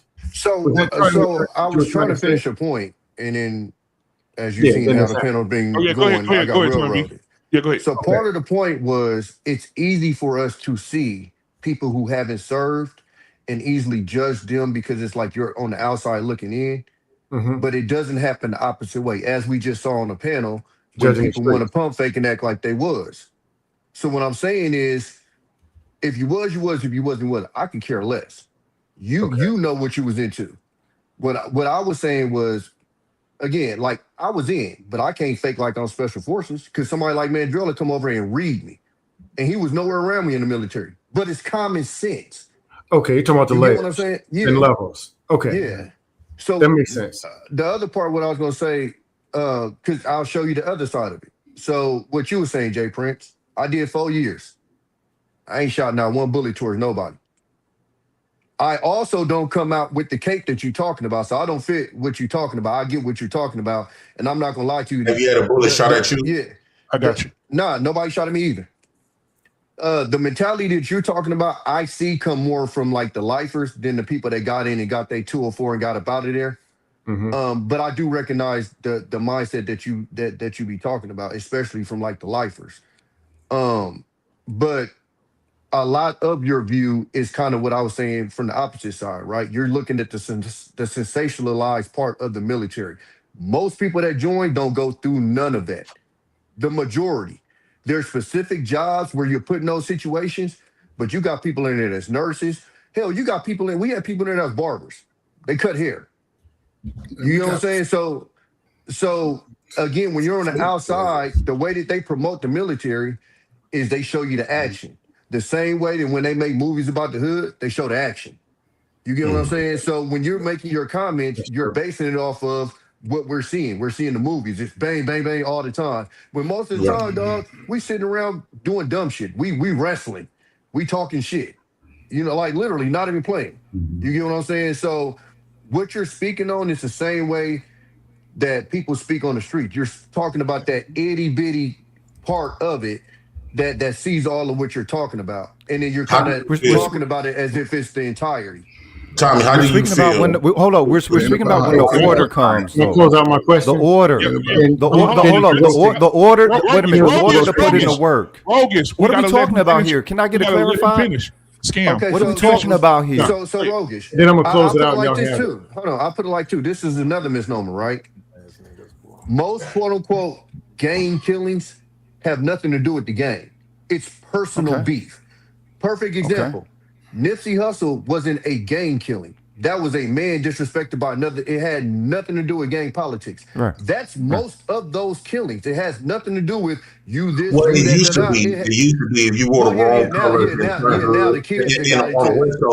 Then up here you wore your hat to who I present whatever. But what I'm saying is, little boy shit. But even that's minority. Most of it is he knocked my chick. He robbed me. It's usually connected to something personal. He might have killed yada yada yada. I thought the caveat was when the order is sent and who the order is sent from and what it means to be in a hierarchy. Where wait a minute. I'm not done. Okay. Rogish. So what I'm gonna do is listen. I'm gonna let Scam likely clear out his question first, and then I'm gonna let Coach Ferg get his question. Then you can jump in there. All right. And you can rotate me if you want. Can I play another video after Black Man? I'm gonna be real quick. Hold on, guys. Mr. Fantastic. Video after Rogish. Okay, yeah. Me and Mr. Fantastic is in the back as well. So when I'll switch him and Scam out once he finishes his question out. Go ahead, Scam. Okay, there's just one more thing I wanted to say. Then y'all can beat each other up half to death. But this serve the country and the community, service. Let's be real, man. We went in there to get something that we wanted. I ain't gonna sit here and lie to you. I wanted the college and I wanted the money and I wanted the green privilege for life. So I don't wave that over to people who didn't serve as a badge of honor. Now, I waved that I did something or we did something that people didn't do, but it's not this, you owe me, I served, and we wanted something. Be real. 80-90% of us. Everybody wants something in anything they participate in. Hold on, let us hold on, you get what I'm we gotta do a saying super chat after he close out. We have to do a super chat. You get what I'm saying? We got a super chat. Go ahead. Close out, Scam. No, that was it. That's all I was saying. Okay, I'm ready. Let me know when you're ready. Mr. Fantastic sent a $10 super chat. He said, shout out to y'all. He said, y'all got people that don't even understand how the world works, complaining about something you volunteer to do when the other countries don't give a choice. This shit is laughable and sad. All right. Speaking of him, and Mr. Fantastic, thank you for the $10 super chat. Mr. Fantastic is with us right now. And they used to force people, Americans to before as well, though. It's called drafting. What's up, Mr. Fantastic? Look, Shout out to everybody, bro. See what these black women are talking about when they can't find a real fucking man. This shit is sad.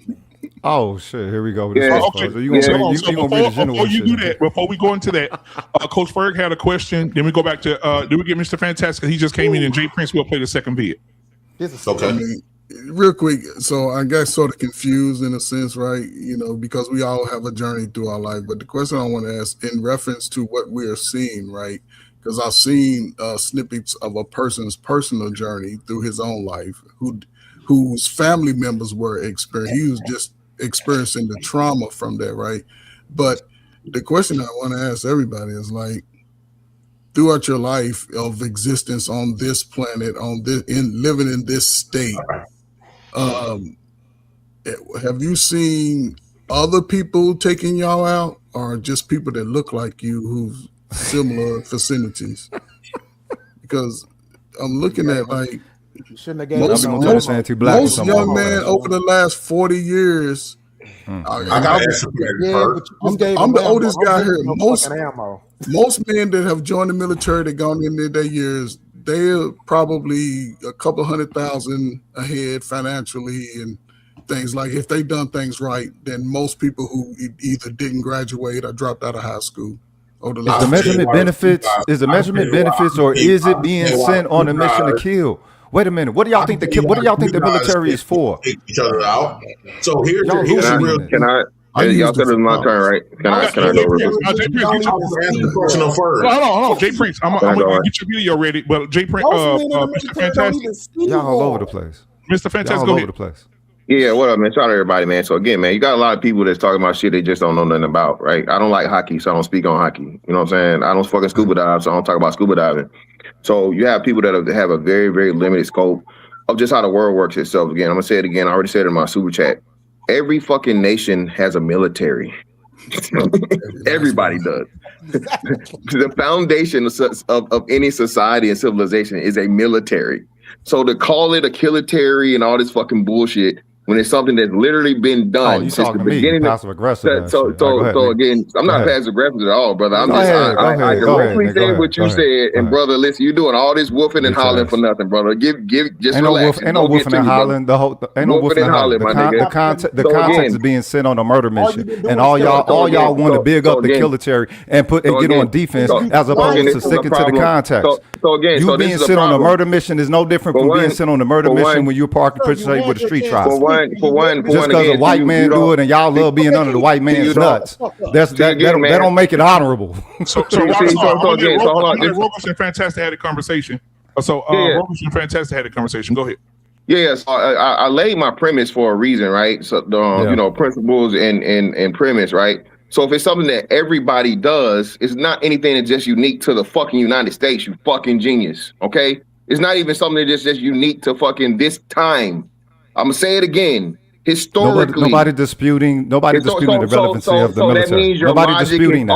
So hold on. So look. Nobody is disputing the relevancy of a military. So that was not the context. If that's what you came in to talk about, you're off kilter, homie. That means your whole gripe is moot. You don't even know what the show's about. You don't even know what the show's about. You're conceding the argument. You don't know what the show's about. You're conceding the fucking argument, okay? about fucking people joining or not joining, especially again when it's voluntary. It's not about joining or joining. That wasn't the argument. That wasn't even the context. Tell me how many missions military missions there have been since the context is being sent to do your military work, which is to carry out killing fucking enemies. That is the whole reason why there's ain't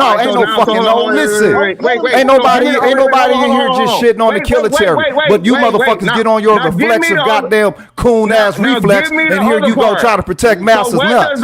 Mark ass niggas. Hold on, bro. Ain't no fucking hold on. You don't even understand the context. And the last three motherfuckers that came up speaking in context on motherfucking benefits for the military. It's not about benefits. It's about being out there to do some. This is non-productive. Come on, Rogish. Let him say what he got to say, and you can respond to him. Rogish, you got to calm down, bro. I understand. Damn, nigga, like that, we just gonna argue and holler. Goddamn. Let him say his, then you can respond. Listen, bro. Again, this nigga keeps saying this stupid ass childish military shit when motherfucking the military does also fucking aid. You fucking genius. Remember when Haiti got fucked up? Who went down there to help? Huh? Me personally, as a motherfucker that worked on helicopters, when a motherfucking American is caught in the water some way, guess what? Who fuck they send? The military, you dumb ass nigga. Yeah, so you acting like again, military. Do you know? Do you even know that motherfucking medical development and improvement and disease research is done by the fucking military? So again, I got a dumb nigga that only know fucking 1% of the fucking shit to where we know, and this nigga don't know how to shut the fuck up. A dumb nigga that don't know how to shut the fuck up. A dumb nigga that don't know how to have no discipline. Y'all talking about everything but combat. He just want to talk over niggas like a big. Y'all talking about everything but combat. You don't even understand that you don't even understand your defaulted reason for even bringing up the streets was the style of combat that the streets get into. But none of you old military white nut hugging ass niggas done brought up any fucking combat. Rogish, what part of the military were you in, Rogish? What part of the military were you in? Fuck that. Who muted me? Who muted me? What part of the military were you in, Rogish? I was in the Navy. Okay, he was using the Navy. Okay, cool. What was your job? What was your job in the Navy? It's the fact. What was my job? I didn't have no job. They didn't like me. They didn't like me. They kept a nigga at either bosun mate or supply. But so that's why you angry, nigga. That's why you mad. I don't got it. Wait a minute. The military is not a measure for me unto myself like y'all. Okay, wait a minute. You can't just shoot and I measure myself by the military. At ease, soldier. At ease, soldier. No. At ease with you bitch motherfuckers not putting in no work over here on that military shit the same way that you see them motherfuckers do overseas. And you mean to tell me that your ass get that fucking view? You get the lens, you go through all that shit, and you don't see none of the motherfucking anti-blackness that's worthy that started some motherfucking war over here for your folk. You bitch ass niggas. Don't tell me about no goddamn military. You ain't ready to be no motherfucking military for your folk. You ready to be under some white people nuts. You old bitch ass niggas. The very first thing y'all came in here was starting. So I got you. So I can explain this, brother. So for y'all that don't know, right? So for y'all that don't know, I'm gonna explain to y'all why he was the LA. You don't judge me by no goddamn military. Listen, man. Again, judging somebody by that. So let me say this. Let me say this. Let me say this. Let me say one point. Wait. Before you even say your point again, before you for him on why he was at that hold on, before you comfortable with disrespecting the military. We gotta have some. Y'all and the military, cuz you keep doing the military. It ain't nothing to do until the war pop off, you bitch ass nigga. It ain't nothing to do up in that bitch that's worth any practicality. Please mute this motherfucker right quick, bro. Go ride up on some Crips and call them some Bloods since you deciding with the streets. Wait, hold on. Pop slugs in your ass. Hold on. Let me say this one more time. I'm gonna say it one more time. I'm gonna start getting rid of people. Quit messing up the channel, bro. Quit messing up the channel. You can't keep doing all this cussing and calling people out of their names and stuff. I'm telling you, we're gonna have to tone that shit tone it down. Tone it down. Yeah, anybody that got a channel, they understand. No, I'm just saying. Yeah, no, you're right, bro. My bad, brother. That's what I'm trying to tell, bro. We can just go one after one, bro. Again, we disagree in orderly, bro. That's all I'm trying to do. Because yelling over each other, cussing out in it. What I'm saying is this, man. The brother had a unsatisfactory experience in the military, bro. So now he's speaking from a biased standpoint. It's not for you to judge. No, I can judge the military experience. Brother, I had a good experience. Brother, you don't get to declare my experience from me, sucker. Since we can't cuss, how about that? All right, man. All right, brother. You can still be quiet while I'm talking. You had to unsat. You do not judge my standards of reality based off of your military industrialization. Get the fuck out of here. You can still be quiet. You ain't nothing but a social. You're a social condition drone. I'm talking, man. Social condition drone. And what I know is this: the bulk of all y'all. More likely than not, you accept it. More likely than not, the way you talking and carrying on, I know you accepting that motherfucking military check every month for disability. I know that. Awkward silence. Yeah, like I said. I was muted. I was muted, cuz. I was muted. What? Disability for what? Hold on, bro. Everybody, but you trying to make this militarism personal or something, right? Or not? Hold on, so you accepting the check or not? No, ain't nobody got no check. Ain't nobody got no check. A check for what? What I need a check for? And why you getting check? You're not getting. Wait a minute. So you get a check. There's checks that they're giving out. I'm asking you directly. No. You're assuming that I live your old suck ass reality. You get a check. And I'm not assuming. So now I'm asking you directly. So you don't receive. It's not about benefits. So you don't receive any government benefits for your military service right now. As a veteran, yeah, you defaultly get benefits. No. But hold up, that's your validation. That's your validation for being able to be sent out on a mission by a white man to take out some other people. That's your validation. The only thing that your Mark ass has been talking about the whole time is your benefits.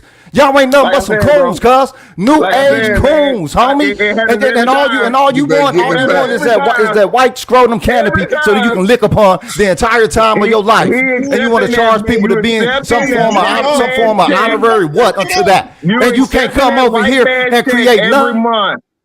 You accepting that white man's check every month, brother, to supplement your life and help with whatever else you got going on. Again, brother. At the end of the day, you had an unsatisfactory experience in the military, bro. You told on yourself when you told me that your ass was undesignated for however long, and you never even had a job, brother. You never even had a rate. Hey, look. I went to captain's mass my first 3 weeks. My first 3 weeks in, I went to captain's mass. Great. Not taking no racist shit off of them Peckerwoods that was on that ship. Right. That's why I went to captain's mass. Telling them Peckerwoods exactly what it is. And I know a nigga like you didn't. I know you didn't. I know none of the rest of y'all didn't. Y'all let them Peckerwoods run over y'all like crazy, didn't you? Yeah, you did. In whatever branch that your old Mark ass was in. You were what they called a failure to adapt, brother. I love my country. You were what they called a failure to adapt. Mark ass. Y'all around all them raping ass Peckerwoods, and y'all, and just like Jay Prince said, hold on, bro. I big up the white ones. You don't know the culture of the military, homie. That's the reason why. You gotta learn to shut the hell up, bro. For real, Jesus Christ. So the same thing he complaining about, y'all.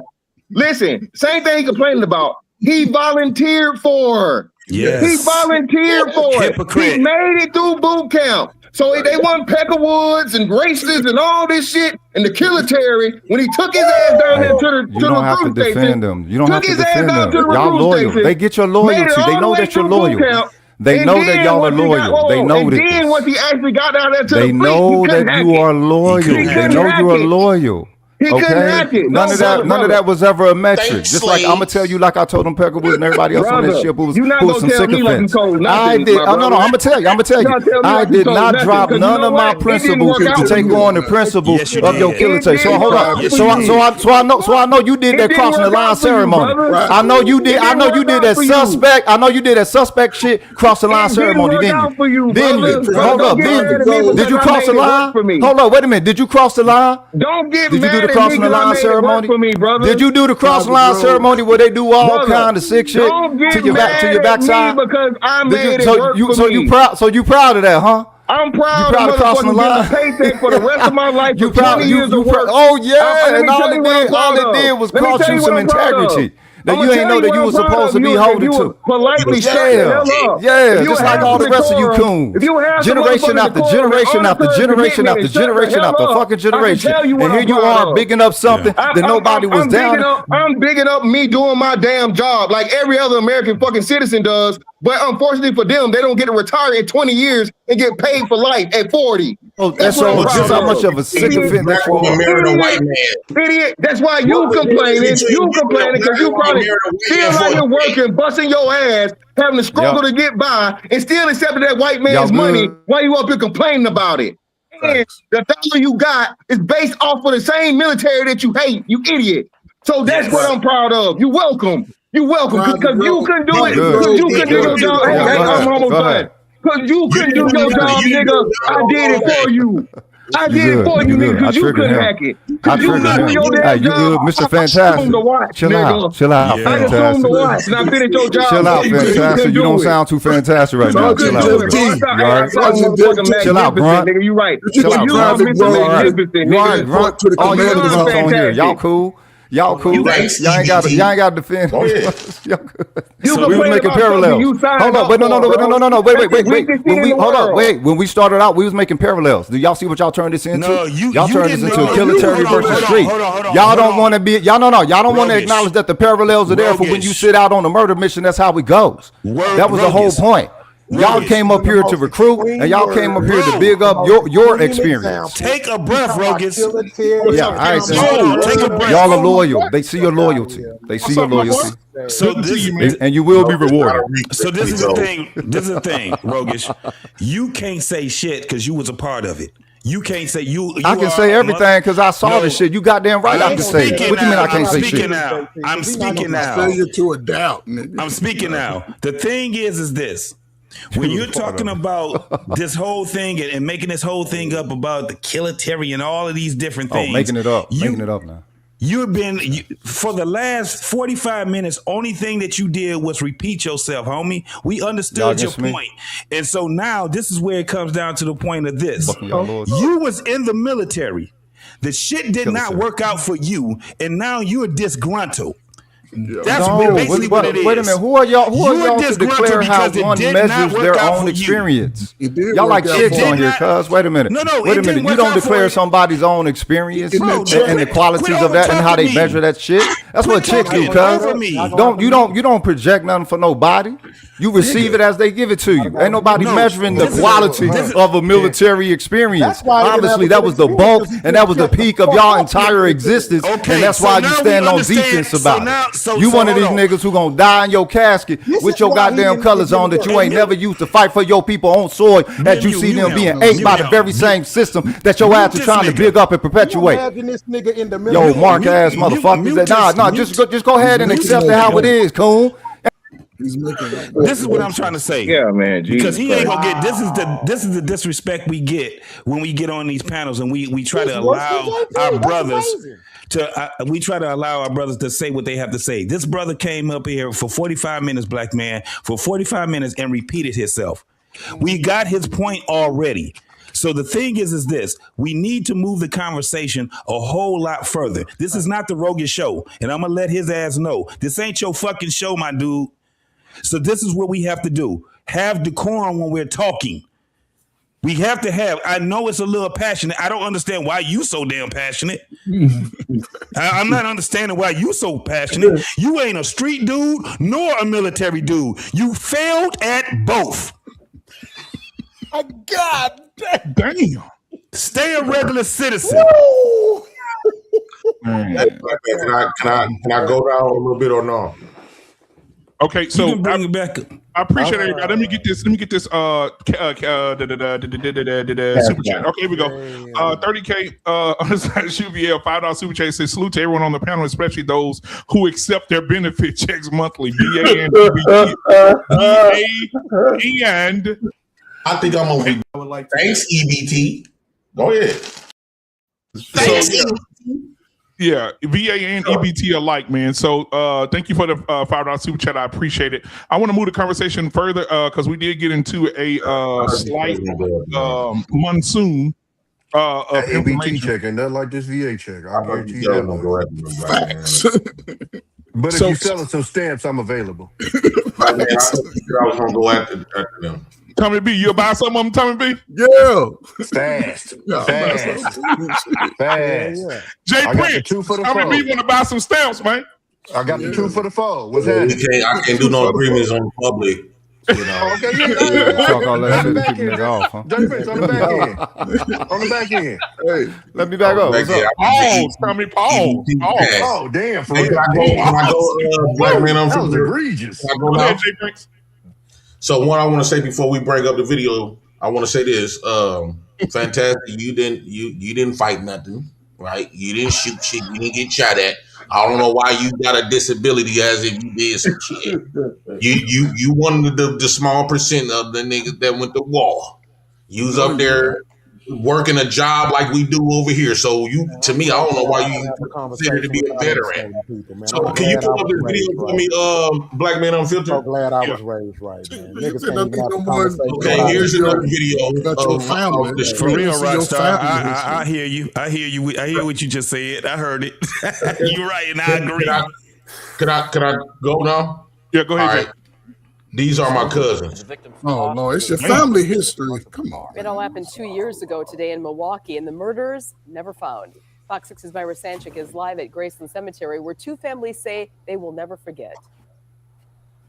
Yeah, those families are gathering now. The families of the victims are behind me, and they're going to have a goddamn balloon hair. release in memory of those who were murdered. That's 2 a damn years ago. helmet. They're not calling it a cold case. Milwaukee police say they are still seeking suspects. The family says they're seeking answers. Diamond Webb and Wesley Barksdale were best friends, inseparable since childhood. They both had families of their own, but still were like brothers. They will never be forgotten. Never. Inseparable in life, now inseparable. Jamal, my family. Buried side by side after both men were murdered. 2 years, no one's in custody. Diamond Webb's sister is one who gathered to release balloons at the men's graves, hoping for new leads in their murders. They meant the world to everybody. Like, I don't know a person that can say something bad about them. It's just crazy how this was a double homicide. The way that they were discarded was, I don't even have a word for that. The body of Wesley Barksdale discovered in the trunk of a rental car, abandoned near 21st and Atkinson. Not far away, police found the body of Diamond Webb, stuffed into a garbage cart. Both men had been shot multiple times. That's what burns my blood, because this person had time, to kill somebody, actually transfer one body from out the car to in the car, because they said his injury happened in the car and he was placed in the garbage can, and they were placed at that scene. Velvet Webb says there have been leads, but nothing concrete, and the family still has no idea why the best friends were killed. We would be so happy if we can just get closure. That's like the biggest thing. And neither of those murder victims lived near the area of 21st and Atkinson where their bodies were found. The family's asking if anyone has any information. They call Milwaukee police. Reporting live in Milwaukee, Myra Sanchik. So these are my two cousins. Well, the one Diamond Webb is. Hold on, let me respond to the Black Man.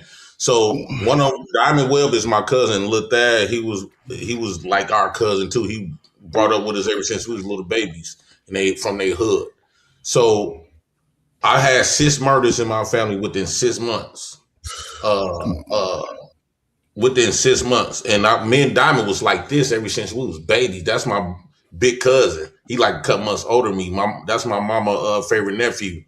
He was just like me, and him was just like that. I was like his. You know how you got them cousins. He was the cool guy, and I was the JP, how old were you when this happened? How old were you? I don't need you to talk to me right now, bro. I'm trying to explain something, bro.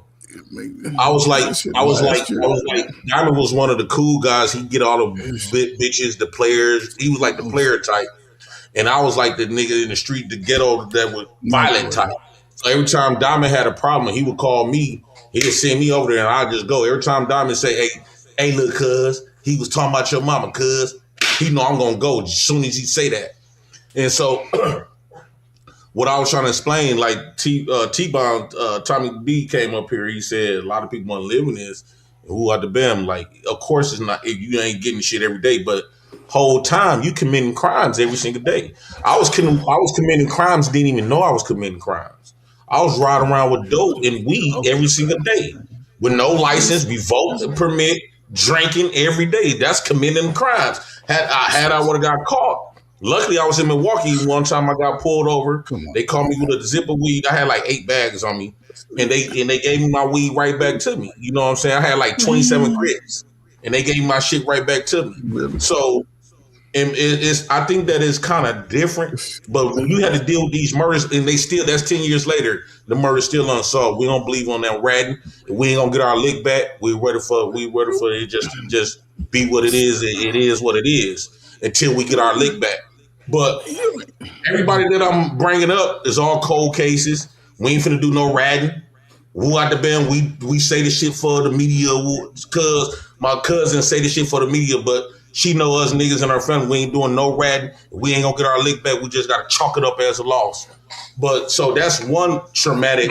And when I'm listening to these military veterans, it seemed like they had a good time, right? They had a good time, right? They probably had some soldiers, but it's not like losing your family. It's not, you can lose a friend. I ain't even bringing up no friends. I done lost tons of guys to the streets. I'm bringing up your blood relative that you born and raised with. It's different with them compared to your niggas in the street. It seems like y'all ain't really going through shit, so why is y'all even getting a check? So let me ask you a question, JP. Let me ask you a question. Let me ask you a question, because you brought this up to make a point. This is my point is this. Y'all never found the white people that killed them? Right. Y'all never found them crackers. Ain't talk about getting it back. Ain't got no blood back. Ain't got nothing back. Ain't got no lick back. That's why I asked how long ago was this? No, y'all saying two different things. So JT, yes, they were black, and this is what I wanted to say to that. Of course, black men in the ghetto delete each other. Nobody ever asks why. They just say they delete each other. Especially white folks. And of course, y'all going to agree with that too. But why? Hold on. This is why black men kill each other every single day. Oh, shit. Hold on. In the hood. Hold on. Since y'all don't really give a damn to ask why, I'm going to give you why. Because black man was raised with his opposition. He was raised up under the white man's government. That was our father. And he was raised with the mama that did everything the government told her to do. So this is how we became enemies of each other. Before welfare, we wasn't like this. So this is how we became. Hold on. Let somebody, bro. Y'all keep trying to disprove somebody, but y'all really don't got no merit. We ain't trying to disprove anything. You gotta shorten this up, bro. We got 10 people on the fucking panel. Well, damn, the purpose of this conversation was because of me and you. You just lost okay, so let me just tell you this. You just lost everything that you was trying to oppose us on as far as the military. You just told us that you failed at being a drug dealer and you failed at being a street nigga. You and Rogish need to go together and just be citizens. Y'all just be citizens. Okay, so we finna rock it like that, or we finna mute people? Watch y'all mute me. Watch y'all mute me when I start get on the panel. This ain't got nothing to do with the street. This ain't got nothing to do with the street. For some reason here, y'all are up here defending something that you don't have no power to defend. It merely just grants you. Hold on. Let me just say this. When you hear, let me say this. No. And I don't get this. You just had 5 minutes. You just had 5 minutes. You just had 5 minutes, JP. Let me say what I gotta say. I know this shit hurts. I know it hurts. This is the thing. You should have landed that motherfucker. That we both mean this man. This is the whole purpose of the show. What you just showed was that you failed. You showed that you failed. You rage quit all you want to, but I'm telling you right now, man, fuck all that. You got to stand on your own shit. Show that you are a failure. When you heard the military people talk, when you heard the military people, hold on. He just talked for this nigga just talked for 5 fucking minutes, show videos and all this shit. He just did all of this shit. He just did all of this shit. He just sat back for 5 minutes, showed videos. Hold on, y'all don't even realize it. Hold on, Jay Prince. He don't even realize it. Hey, Brett, let's focus on what you came here for. So JT is gonna tell you what he feel about how you grew up, and he said so why I need to get cut short? Because he want to interrupt and disrespect. No, you got cut long, nigga. You got cut long. You had a whole 7 minutes uninterrupted. You were uninterrupted for 7 minutes. One time. Jay Prince. So how do you feel about him saying you failed as a drug dealer and you failed as in life? I brought everything out because I got interrupted. I wasn't listening to shit he had to say at that point because you said I was gonna get the chance to land. This whole show today was supposed to be between me and him. I have not disrespected JT today since I've been up here. When he was speaking, I shut the fuck up and wait till he was. I didn't say anything. I wasn't talking. When I'm saying now that I'm saying something, my plane and you felt like you was it was 7 minutes. This is no shit. So you felt like this is no shit. Okay, Jay Prince, how much longer do you have before your plan land? But come on, Black Man. I know it's easy to come at me because you feel comfortable. I'm asking you how much. I think at some point you want to stand up to dude because now he feel like he's running your shit. Jay Prince. So what did you have left to say to JT before he responded to you? So basically, I was trying to say to the audience because this is street versus military. So basically, what I was saying, losing my family members, right? Losing my family members. A lot of these military veterans getting checks for some shit that they ain't really do, right? They not going through shit. I'm glad military veterans came up here and acknowledged that. Majority of the military veterans come up here talking like they big bag, hiding up under the banner of the military. So when you tell it to a civilian, you automatically think they did some war type shit. These big bad wolves. When majority of them, damn near all of them, never even experienced this. But compared to us street niggas, I'm showing receipts of family members, blood related. And I got another article where my cousin. No other article. Wait a minute. You got family trauma. Are you actually saying that the military is no good? I'm basically showing you where the street niggas PTSD come from and how genuine and real it is compared to somebody volunteer to go get PTSD. And when they went up there, majority of them didn't even see none of this shit. Fantastic didn't get shot at. Fantastic didn't shoot shit. He got a nigga saying my name. Stop saying my name, hoe ass nigga. Stop saying my name, hoe ass nigga. Don't say my name, bitch ass nigga. Don't say my name, bitch ass nigga. Don't even say my name, bitch ass nigga. Don't say my name, bitch ass nigga. Go with some white folks. Go with some white folks, bitch. You ain't gonna do a motherfucking thing. Yo, you keep cursing down. You running from me whooping you. You running from me whooping you. No, brother. Nah, you make me get funded. I don't need nobody to pay me. I don't need to help get paid to get whoop your ass, nigga. You get a bigger government check than I do. You get a bigger welfare check than I do, pussy. Hey, so Jay Prince, hold on, Jay Prince, because we getting out fast. Rockstar.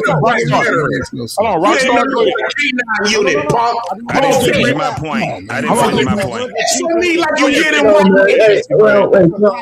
So Jay Prince, JT is gonna respond to what you just said. Go ahead, JT. And then we show me like you did that right, man. What you need some money to do it? Hold on, let me give you some money so you go fix. Hey, bro, mute him, bro. Go ahead, JT. Stop. No, wait, JT, be a mute. it's over 100 people in the chat. Make sure they get the likes up real quick, fam. Oh yeah, appreciate that, bro. Appreciate that. Hey, listen. So let me say this real quick, guys. I appreciate you being here tonight, man. Guys, listen, sometimes these conflicts happen because, hey, we're on two different sides of the spectrum tonight. All right. So thank you for being here. Hit the like button, hit the subscribe button right now. Get the likes up, 95 people watching. And so we should have 95 likes right now. I appreciate y'all. Sometimes we let this go. And I know Christine in the chat was like, moderator. Sometimes we've been doing this for 6 years. Sometimes we allow the two lions in the cage to see who's going to run the pride. And so that's what happens when men get together, whether we privately or on a public platform. Go on too long, though, man. You letting that shit go on too long. Our pain, shut that shit up because we do it all the time. We do it all the time. I'm just saying, what I'm saying, our pain. People do this all day. It's conflict all day. People have conflict all day. We vote for people who fuss and cuss each other out all day. The senators and congressmen cuss each other out all day. Our pain. You listen, our pain. Hold on, y'all. Hold on. Let me say this to my boy, our pain. Our pain, I love him. Our pain. This is what you do, our pain. Are you out of your fucking mind? Are you crazy?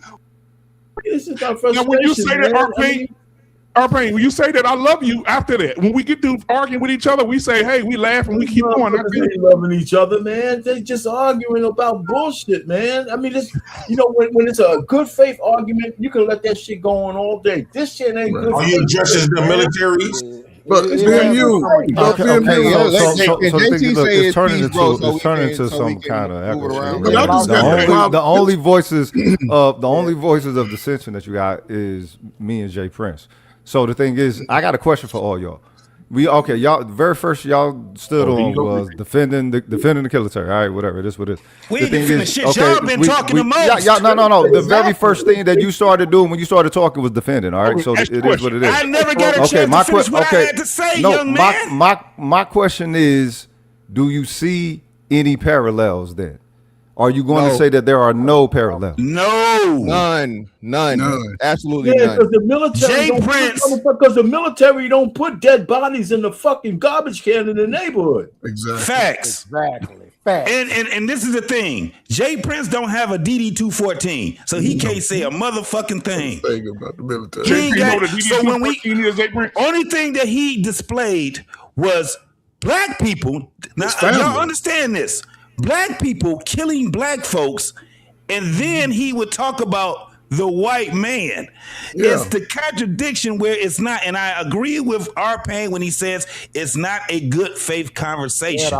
At the end of the day, he showed two illustrations, and these were his own family.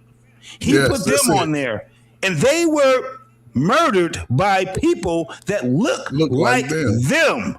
Now that's the craziest part. They still didn't even go and try to find who did it. No justice. They never had no justice, no None of them street niggas did it. Niggas don't want to snitch. Them street niggas, they supposed to handle that years ago. That's why I was trying to ask. But the thing is, the point wasn't what he did subjectively. Wait, hold up, Jay Prince, because your only street perspective that you brought up was your connectivity. There has to be something that is observed. Try to do nothing to us, nigga. Right. There has to be something that is observed of a social group. If you're not observing a social group, if you're not observing an ideology, if you're not observing any principle intention, then there is no measurement with this. This is what I came up measuring. The whole point is being sent where the parallels are is being sent on a motherfucking murder mission. It's the same way. You get your orders from somebody that's up on high that tell you to, you know what I'm saying, put in some work that you don't know about. Same thing over here. If you're going to be operating with the street tribes over here. I'm not done. I'm not done. Let me finish. You said it already. Let me finish. Okay, here we go. Let's go ahead and hear this echo chamber. Let's hear this echo chamber. Go ahead. It's not about an echo chamber, brother. Go ahead. Speak your brochure. Real quick, bro. Go ahead. Speak your brochure. Y'all ain't but talking like some brochure. You're not up here having a genuine back and forth. Y'all being disingenuous. The first thing y'all came up was talking like a brochure. This is the reason why. Get out of here. We listen to it. Yeah, and you paid. You good. You retired. You got a nice DD-214. You good. You had it. You had a good rate. You had a good experience. You got all kind of medals and stuff.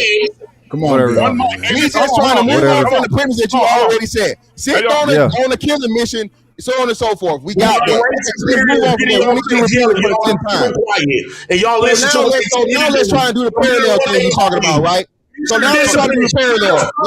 It waits your turn. This nigga, hold on. Again, man. I'm trying to do the parallel he's talking about.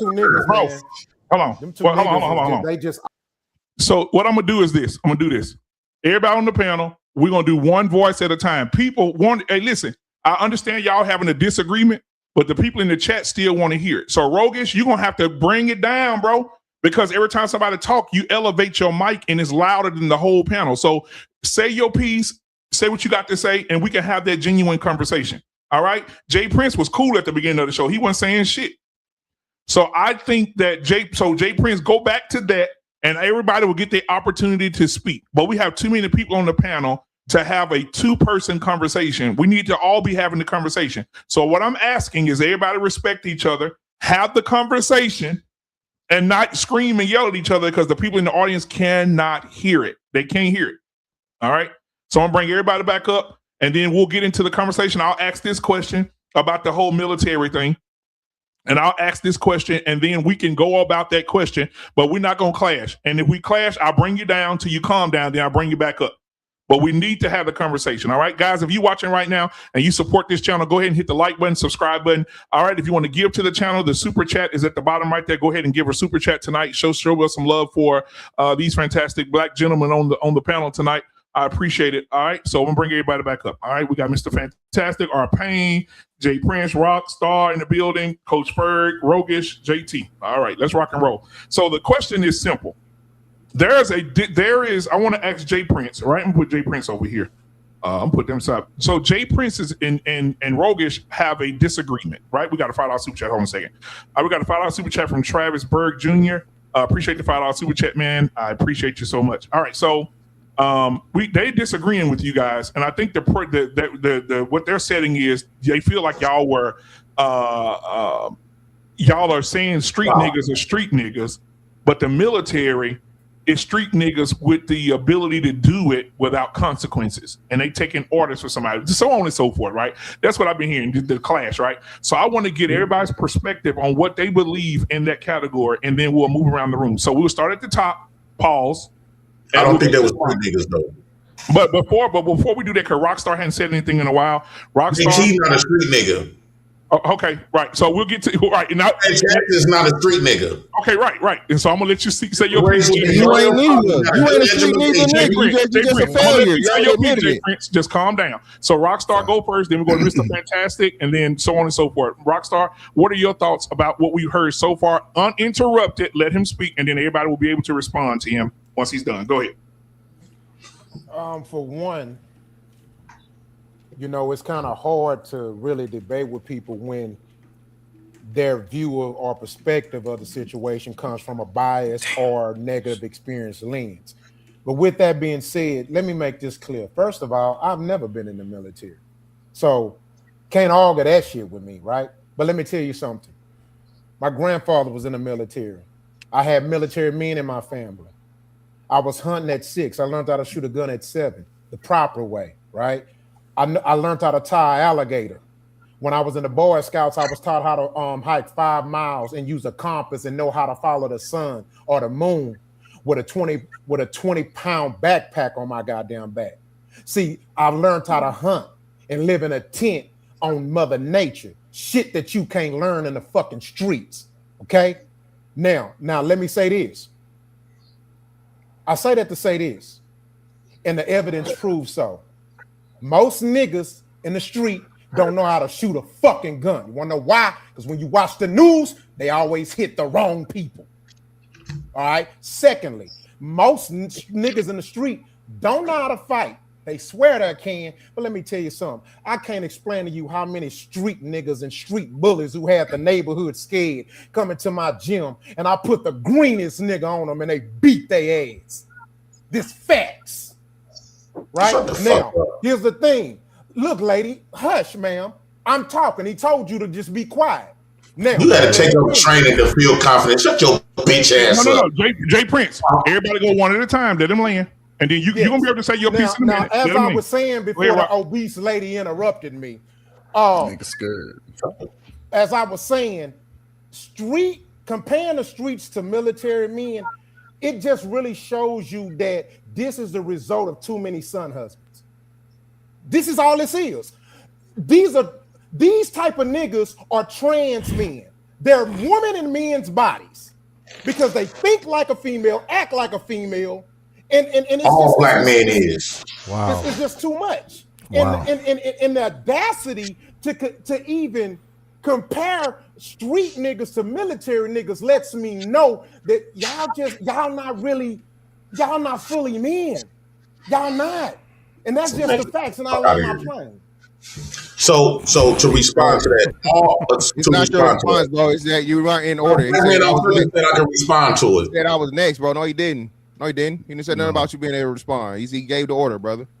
So, yeah, man. Listen, I appreciate you wearing the Black House colors. This is the problem. No, I ain't. No, the fuck I'm not. So Black, again, purple, this is the problem. green. Shout out to the Black House. The problem again. This ain't purple or green, bro. The Black House colors, big man. Right? What I mean, see, that's what women do. They offset the conversation. Go ahead, Mr. Fantastic. Go ahead, Mr. Fantastic. You good?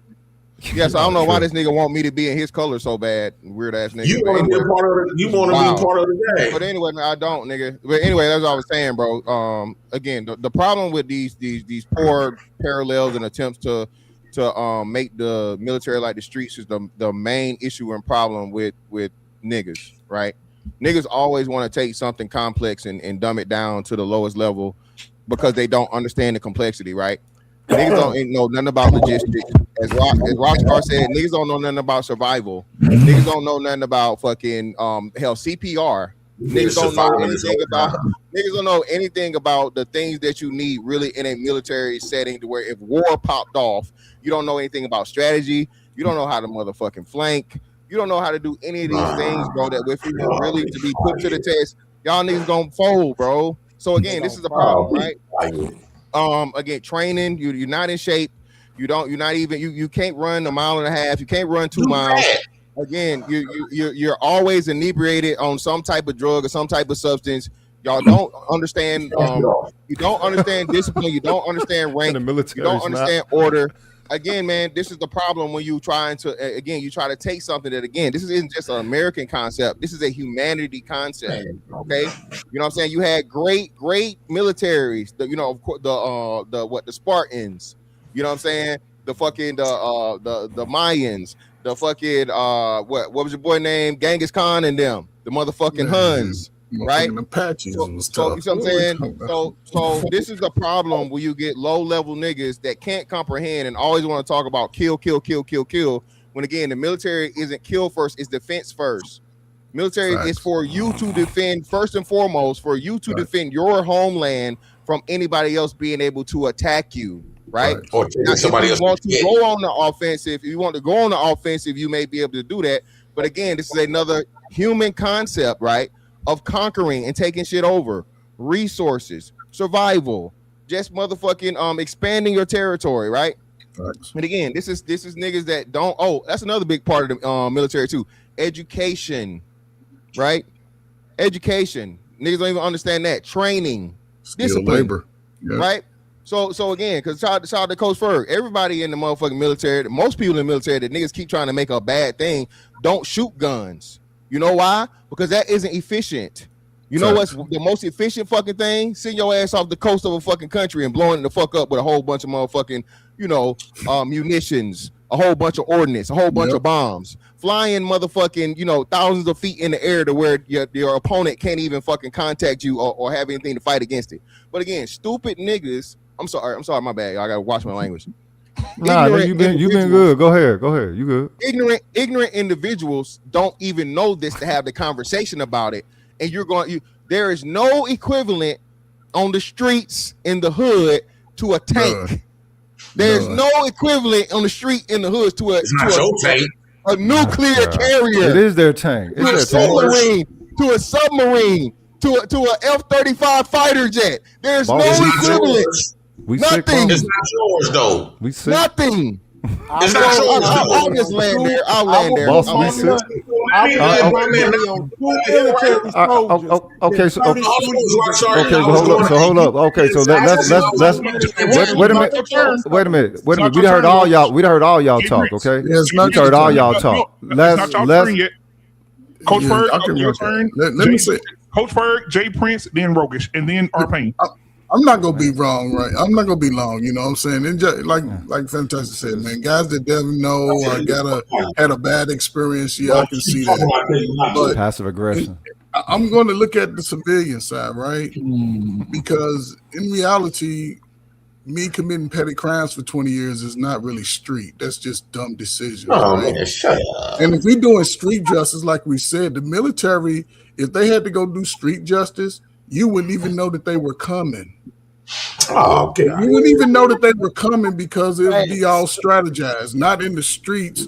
But we saw an example of, and this is, just because you showed your family specifically, it's just trauma that you've gone through personally. You try to blanket it on everybody, right? And because you show family members, I don't know if you ever had that truly addressed. So that could be something you look at for real. Because even you, the street guy on YouTube, your story should have been, man, I just got out. Because you should have been able to handle that on the streets. That's what street dudes do. And the other dude, listen, man, you probably got out as a private E2. Hey, cuz you ain't talking to us, you talking to people over there, dog. Don't make it shit personal. He made it personal. I don't need y'all judging me by your military experience. I think most people. Ain't there you niggas calling me out on some old military shit? I got you. I'm your Huckleberry, homie. But Go ahead. Go ahead. I think most people that join the military, and I'm salute to the young You guys. should have a lot of bodies in the military. Most of them that get out and they do what they have to do. You ain't dead. They can buy a house, they can buy a car, they can travel the world, they can do whatever they want. The street dudes who's 35 and 40 who just been working in warehouses, they the ones that continue to struggle throughout their life. But most military. My question is, so Jay Prince. Yeah. So you done, Coach Ferg? I'm done. Okay, so Jay Prince, what are your thoughts? So first off, why these niggas ain't dead? If they bragging on the military, so like they just too tough. And I want to pay my respects to the white veterans. Salute to the white veterans. Wow. Black men. First off, these men ain't dead. Guess what? Guess what else I don't see? I don't see no bullet holes. I don't see no war wounds. I don't see a motherfucking thing. Shut the fuck up, bitch. Y'all don't want nothing but the white man's bitch. Right? You ain't for them. You ain't nothing but the military hoe. And the government treats you as such. You got a problem with me being on welfare, and guess what you hoes can't do? You hoes can't kick me off the motherfucker government. Because why? Because you don't got that power, bitch. You did what your pimp told you to do for his program, hoe. Keep your motherfucking head down. Do the fuck you was told like your sergeant informed you to, bitch. Don't come on this bitch, come around us because you feel like we some easy prey and you can target on us street dudes. When you was in that motherfucker, guess what you did? You shut the fuck up, call it discipline, no, you got checked. You don't run a motherfucking thing. The white man told you this. You don't run a motherfucking thing. We run this shit. So you're going to shut the fuck up and do the fuck what you was told or else. And you understood that when you was in the military. So don't come on this bitch talking all free because you want to punk on some people that you think you can get away with. You didn't talk that shit to your sergeants. You didn't talk that shit when that white man was pointing your face, calling you niggas and shit. You didn't do none of that shit. What you did was you bow down like a slave. You bow down like a hoe and suck the dick of your master. So don't come on this bitch and woo out the bam. I would consider the military veterans is no different from the black woman. The black woman that y'all complain about. Y'all say that black women sell their bodies. Y'all say that black women sell their bodies for a check. They're just saying the same shit. Right? And for the white man. Y'all say when black women get the education for the white man, they go find them a white man, they go arch their back. Guess what you black military veterans did? Y'all got on your back. Y'all put them pants down. Y'all put on his lingerie because most of y'all is military. Bro, you can't take this cat. Yeah, what are we doing? What are we doing? This nigga's having a homoerotic explanation. Again, hold on. Wait. So just to be clear. Wait, just to be clear, right? Here's the reason why we don't take you serious, JT. Because see, real men. No, not JT, nigga, not JT. I mean, not JT. Here's the real reason why we don't take you serious, JT. See, real men know this. No, we don't take y'all serious. No, because we know in real life y'all got spat on there when y'all came back from the military. You would not disrespect a bunch of men like this in real life. We know this. It never. This nigga even scared. Ever. I need more fights than all y'all. Listen, bro. All right. I was supposed to talk next. Apparently, he triggered y'all, but I was supposed to talk next. All right, so you good. If you got the military bearing, you ain't gonna let him go with you. If you got the proper military bearing, then you're not gonna let him go with you. Back to the streets with a whole bunch of gay shit. Your counterpart. Rogus, go ahead, Rogus. Hey, I'm putting what you call the internet. These are internet gangs. This nigga still walking around with a gay card in his pocket.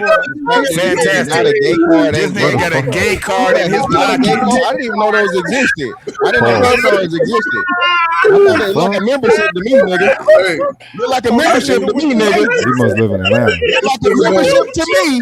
Hey, I'm not arguing with this nigga They no more. exist in the black Look community. like a membership to me. I ain't never even seen it. I didn't know they had it. And it says James Davis on the card. James Davis on the card. Let me explain how I got this. Nah, that's a whole nother story, dog. We don't want to hear that shit. No, it's a whole nother story, bro. That's complete. We good. Clip that. You clip that. Clip that right there. That's a million views. I need a good clip. I need a good clip. Hold on. We've been arguing with them ladies. Get a good clip. Might have a point. Rockstar, I need black veterans. This is what I think y'all black veterans with. Thank y'all veterans. It says James Davis on the card. We don't got the card, nigga. You got the card, What are you doing with the card? Why you got a We don't card? got the card. I was going I didn't know the card existed. I didn't know the card existed. Nobody know what card existed. He did though. Apparently he did. What the fuck are you doing with that? This nigga got a gay membership. Ladies, stop fucking with Maybe these you can go anywhere in the country. First, we get your ticket to Atlanta. This nigga is not only is he the president, he's a goddamn client. He's a client. The number one broke fucker. Oh shit! What the fuck is this? ladies. There's nothing on calling Fatty them gay. While I'm Fatty them gay, I found that card on the Riverwalk, and I said, "Wait a minute, Fantastic." He ain't find that card. Them niggas sent that in his mail. I think I'm a rebellious bitch. Wow. They sent that card to James Davis. That's what they sent that card to. Hey, Black Man Unfiltered. Now he get to dox me. I'm not calling out his real name. Why you get to call out my real name? James fucking Davis. What the fuck? That's what it came down to. Black man. He doxed me. He doxed me. Wait a minute. No, street niggas. Bro, hold on. Let me just say this. Let me say this. This He's doxing me, Black Man Unfiltered. Nigga, don't try that dog shit. Nigga, you was on the news. No, JT, I got you. Nigga, you was on the national news. Fucking caping for some pussy ass nigga, and you bragged about it. Shut your lying bitch ass up, nigga. Why we on here? Don't do that, nigga. Speak my real name. He said your real name on here, bitch ass nigga. Mr. Fantastic, watch this. Yes. Jay Prince said last week, I want to make this, I'll make light of this. The man is doxing Jay me. Prince said last week, You doxed yourself. Jay Prince is here to defend himself if I'm wrong. Jay Prince said last week, on the show last week, that he's in talks to knock Mr. Fantastic out. And he said after he dropped Fantastic, he gonna fight JT the same day and knock him out. don't know why that lame ass nigga lying. Nigga all talk, man.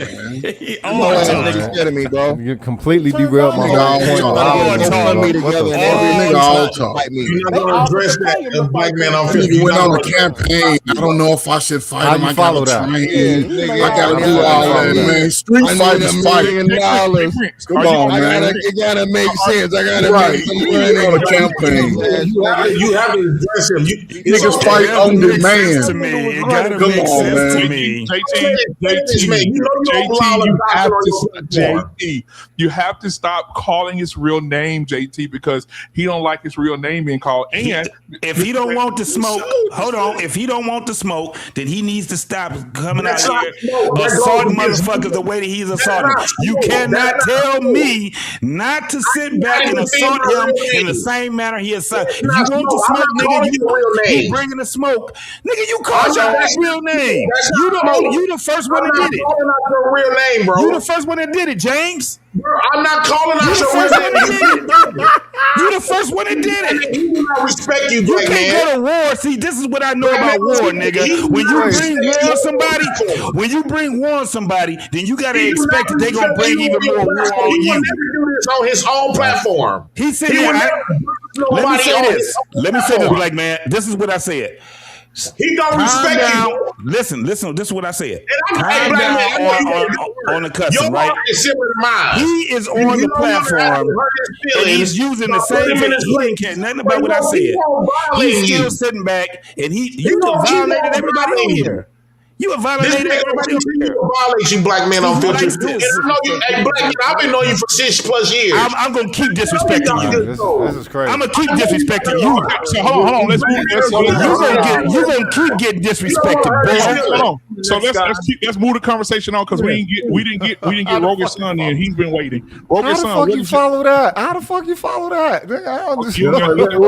Well, let me go then. Go ahead, Armand. What the hell? No, Rogan, you want to go? I'll go. I can follow this. No, you good, cuz I'll let you rock. Go ahead. I just think that, you derailed all my shit. If we were talking about street justice, right? Street justice is what Omar did to Stringer Bell. That's street justice. That's street justice, right? In The Wire, right? When he came up with him and said he made shit right because Stringer Bell was out there, right? Him and the brother from. What did y'all do so violent? So that's true. What I'm saying is we gotta, this conversation about the second part of the conversation about the street justice. Everybody off and let them talk. The second part of this thing is the second part of this is really better for the Monday show when we're going to talk about black on black crime and why we are so reluctant to look in the mirror as a people. That's the issue that we really have, and we never really have any panels where we could deflect, without deflecting to white men and all this kind of shit. Why is it so easy for black folks to kill each other in the midst of all the shit that's going on, and we never address it? No Black Lives Matter, no fucking asshole like Crump, and all of these race-baited motherfuckers who come around. But it goes on. We had a massacre in Chicago, and this shit just went over on a weekend. 8 motherfuckers dead. Who cares? No. See, what Brandon Johnson said? Brandon Johnson said, our murder crime is better because instead of 2 people getting murdered every day, it's 1.5.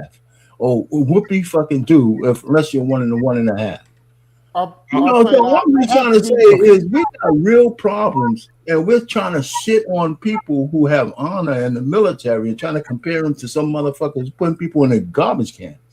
Hey, Armand. Let me hold on. Before y'all go, I got a $2 super chat. I got a $2 cash app. I'm sorry. Let me get this out the way. I want to respond to that too. I want to say something to my people that's giving. Gabby gave $2. Thank you, Gabby. Gabby has a question for the entire panel, so anybody can answer it. Not everybody, but anybody can answer if they want to jump up and answer it. I would like to. She said, "What's the difference between street thugs of today and white mobs who ran in houses and burned houses and crosses and yards of the past?" Nothing. They're all criminals. I answer that. I said I'd answer that. Criminals. They're all degenerate criminals, and the funny thing about it is they have way more in common. Well, I'll beat you to the punch, brother. I promise. I ain't no beat you to the punch, homie. I already established that before. Homie said, "Come on, respect that, bro." But you're not the host. That was just it was a question to the panel. And I said that I would answer that. And here you go trying to bogart some shit. Who the fuck you think you is, dog? I'm gonna let you step on my. You wouldn't step on my toes. You was in front of my face, brother. You got it. Both of y'all. Okay. Then get some etiquette. Pro military. Get some fucking etiquette. Anyway. Rogish can go, then Fantastic answer after Rogish. Go ahead, Rogish. Thank you. The hell is this nigga? All right. Anyway, the thing is, you're looking at the intention to do harm, right?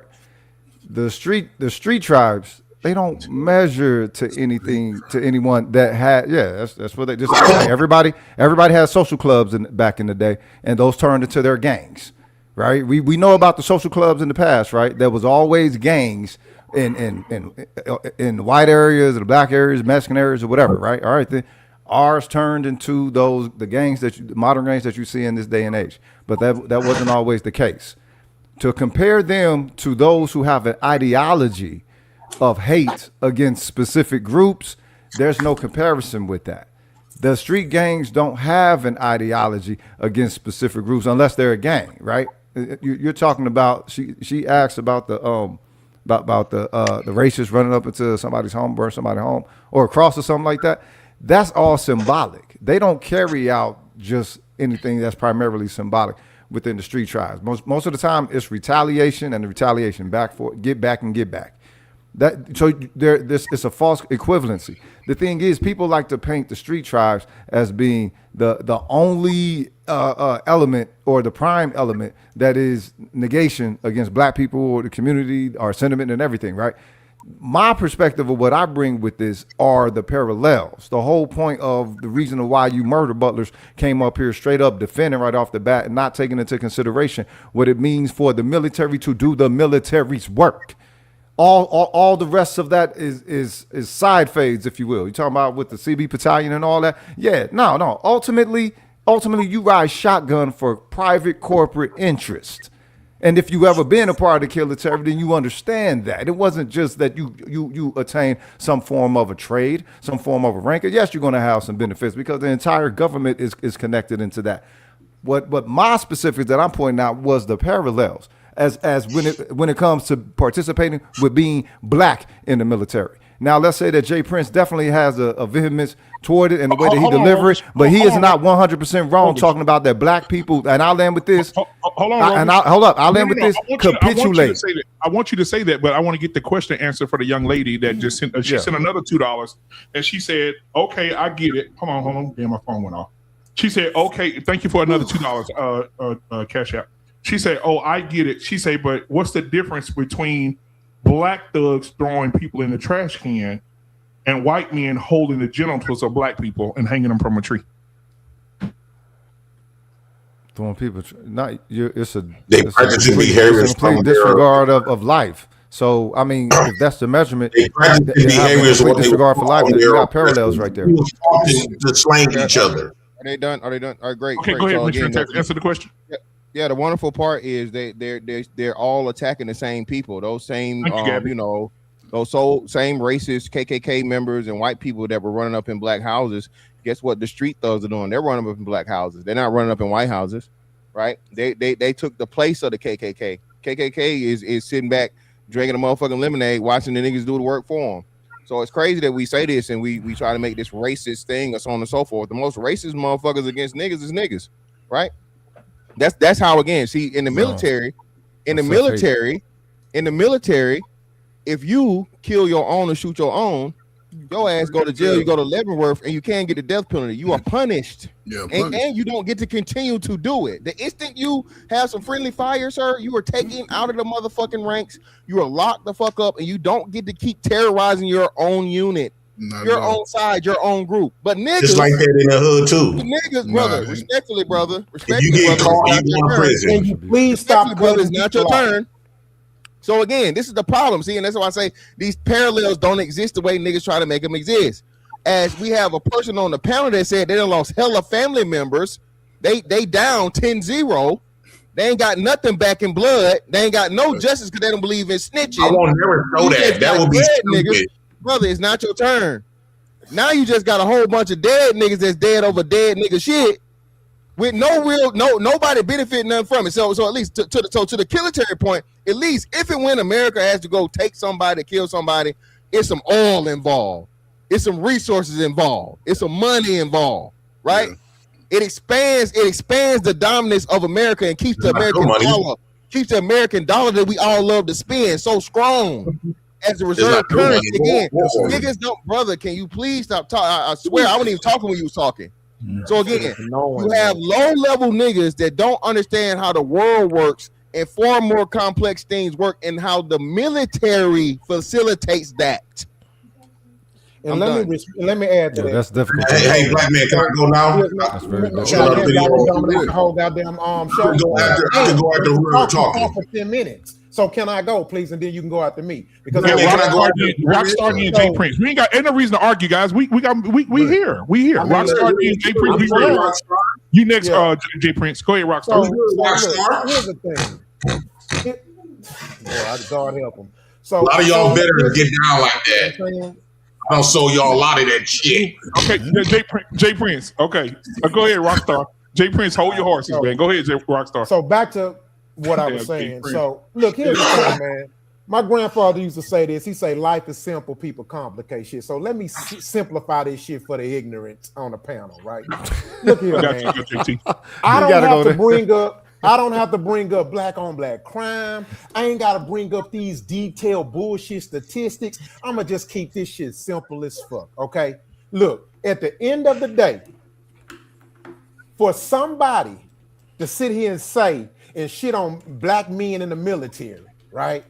If that's the case, then we shouldn't be police. We shouldn't be politicians. Hell, we shouldn't even work for the corporations that give us jobs. Because you want to know why? They all come from a system that they all exist out of a system that was once slavery or racist or whatever. But you want to know what?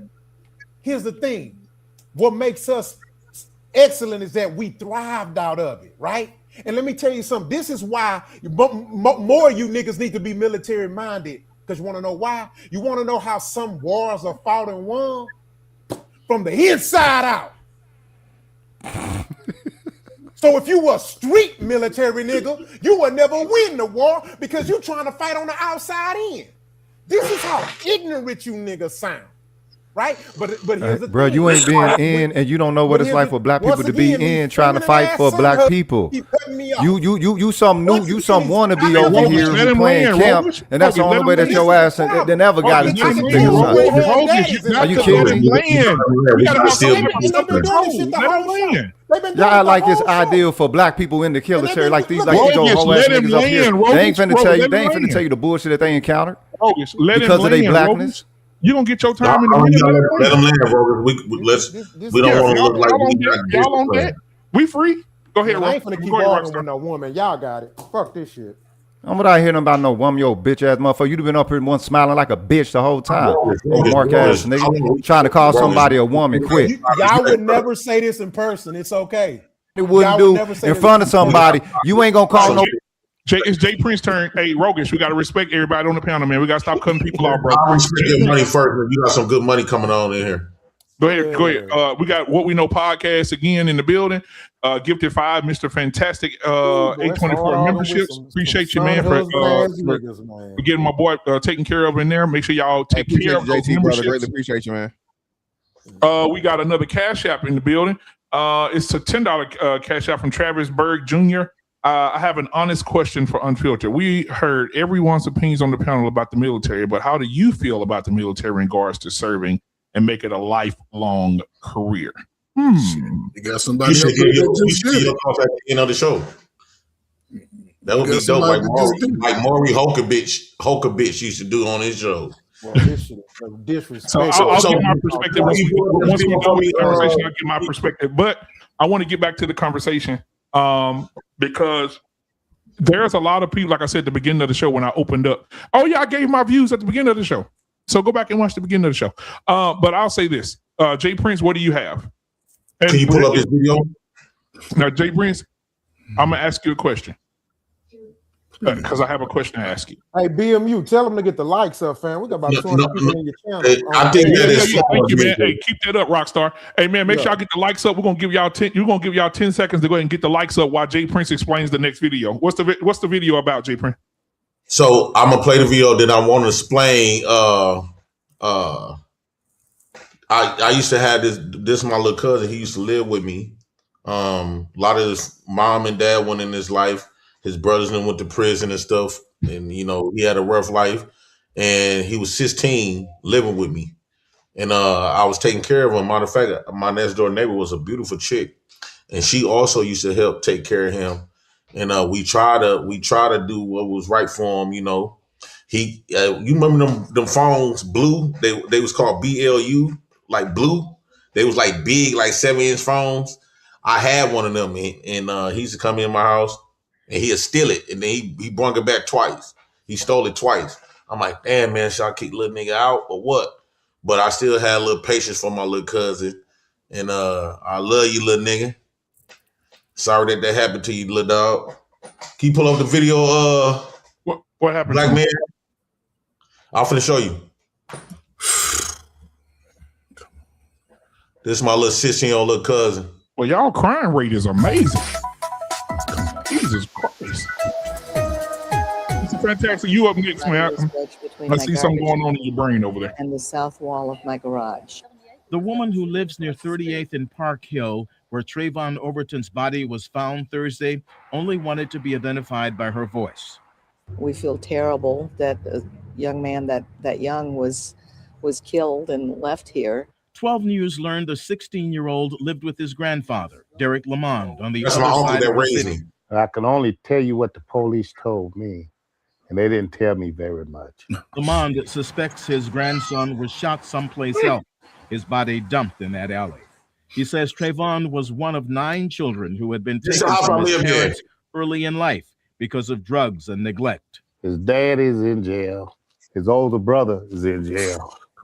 So this the pattern that I'm trying to let you know what was going on with it. His grandfather says he did all he could to save him from a troubled life and a death that sadly, he warned, was bound to happen.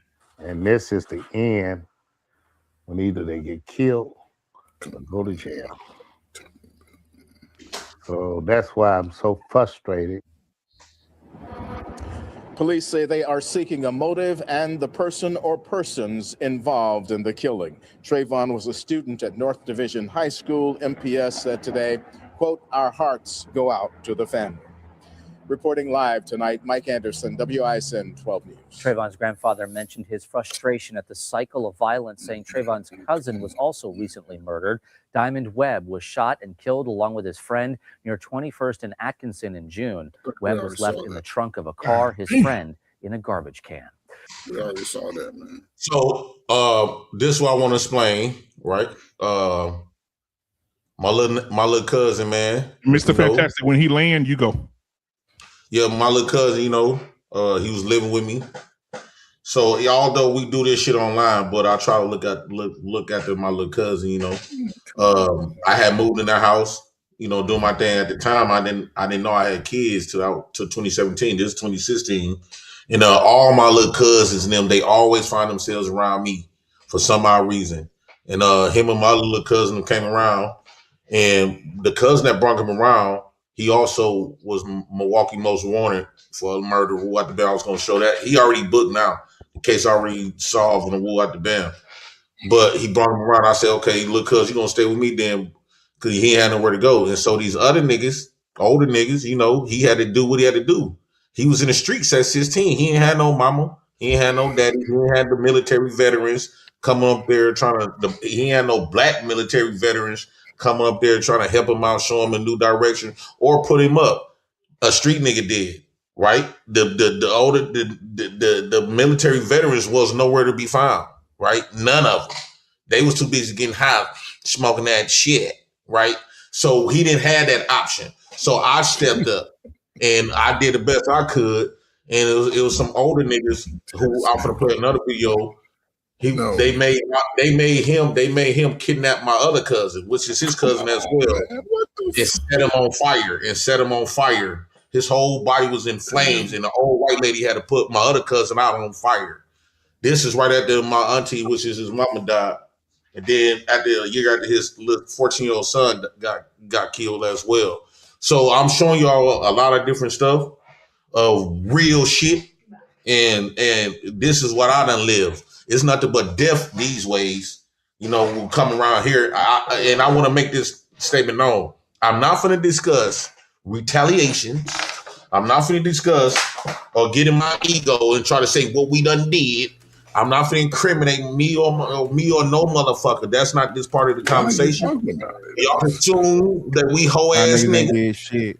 We hoe ass niggas. I'm gonna let you have that. Yeah. It is what it is. We know what the damn we want to believe. Yeah, I started the video off saying that I'm only gonna show what people done to us. I'm not gonna go out overly I'm not gonna try to prove a point of what we done. As far as y'all concerned, we ain't did shit.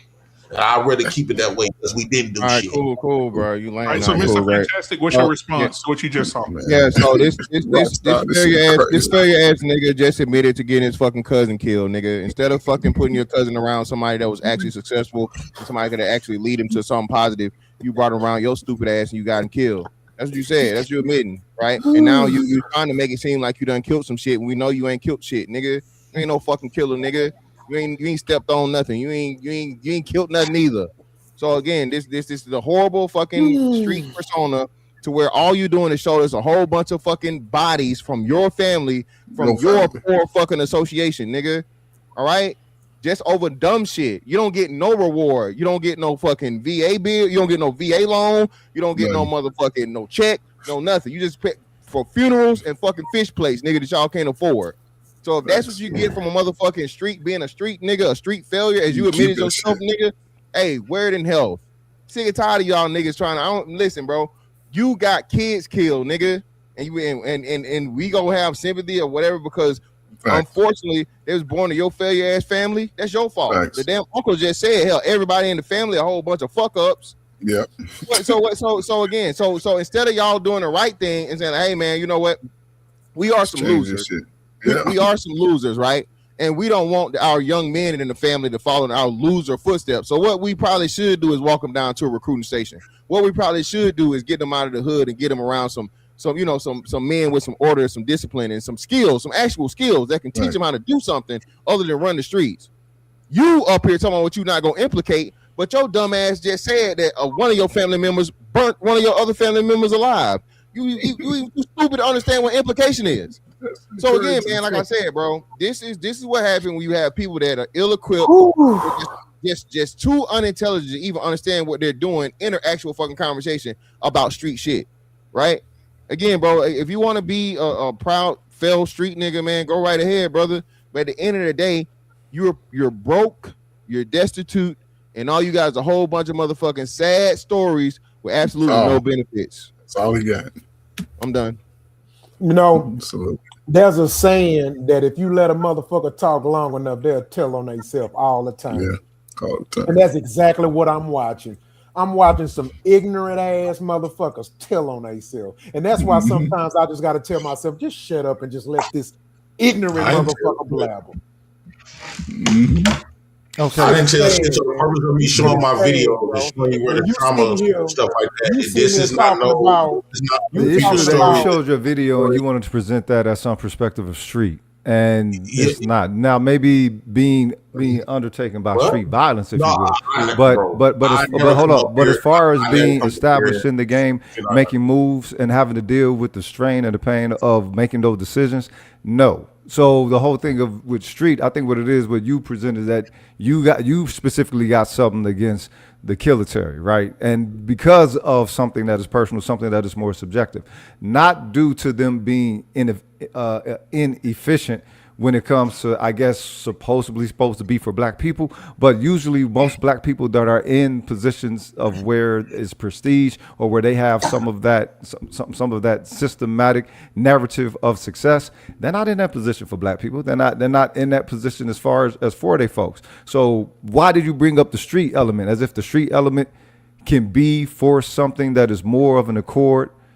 more honorably than the black veteran, which we know the black veteran is only there for themselves, right? They're there for their single solitary self. They're not there for their people. It ain't no there. Hey, we're there for the country and we represent the country. Ain't none of that bullshit. Because the moment that them Peckerwoods have you reading your oath, you see all the black people looking around like this, because some of the shit that they say is some bullshit. Well, a lot of the shit that they say is some bullshit. So black people is largely there. Usually for their individual self. The very first thing that these cats started talking about was benefits. I'm gonna say this while we live. This is from Mr. Fantastic. So I'm sitting here. This just popped up on my phone. I don't know if y'all can see this. Hold on. TMZ breaking news. Y'all see it? The little young boy. That's Carmelo Anthony. Y'all see it? Okay. Yeah. So TMZ just reported that the new, it says here, Carmelo Anthony's lawyer proves judge was biased in case. Granted a retrial. That's good shit, man. That's good shit. Wow. You know, let me jump in here real quick because I'm not going to be long, right? Because go ahead. My personal military, like Sam said earlier, I went in for the college fund. I ain't gonna lie. You know, I was working. I went to college. I ain't want to borrow no money. They took my football scholarship. I didn't want to just be working in Targets and working in places like that. My daddy worked for Louisville Slugger, and he used to tell me all the time, you join the military. In high school, I was like, hell to the no. I used to run from a recruit. He couldn't even get me to even understand what it was about. But then I came to a point in my life where I found myself out on the street trying to sell some $10 packs. I'm like, this ain't me. I ain't out here trying to be caught up running from the police, hiding from the police. I seen brothers who were told that they couldn't do stuff.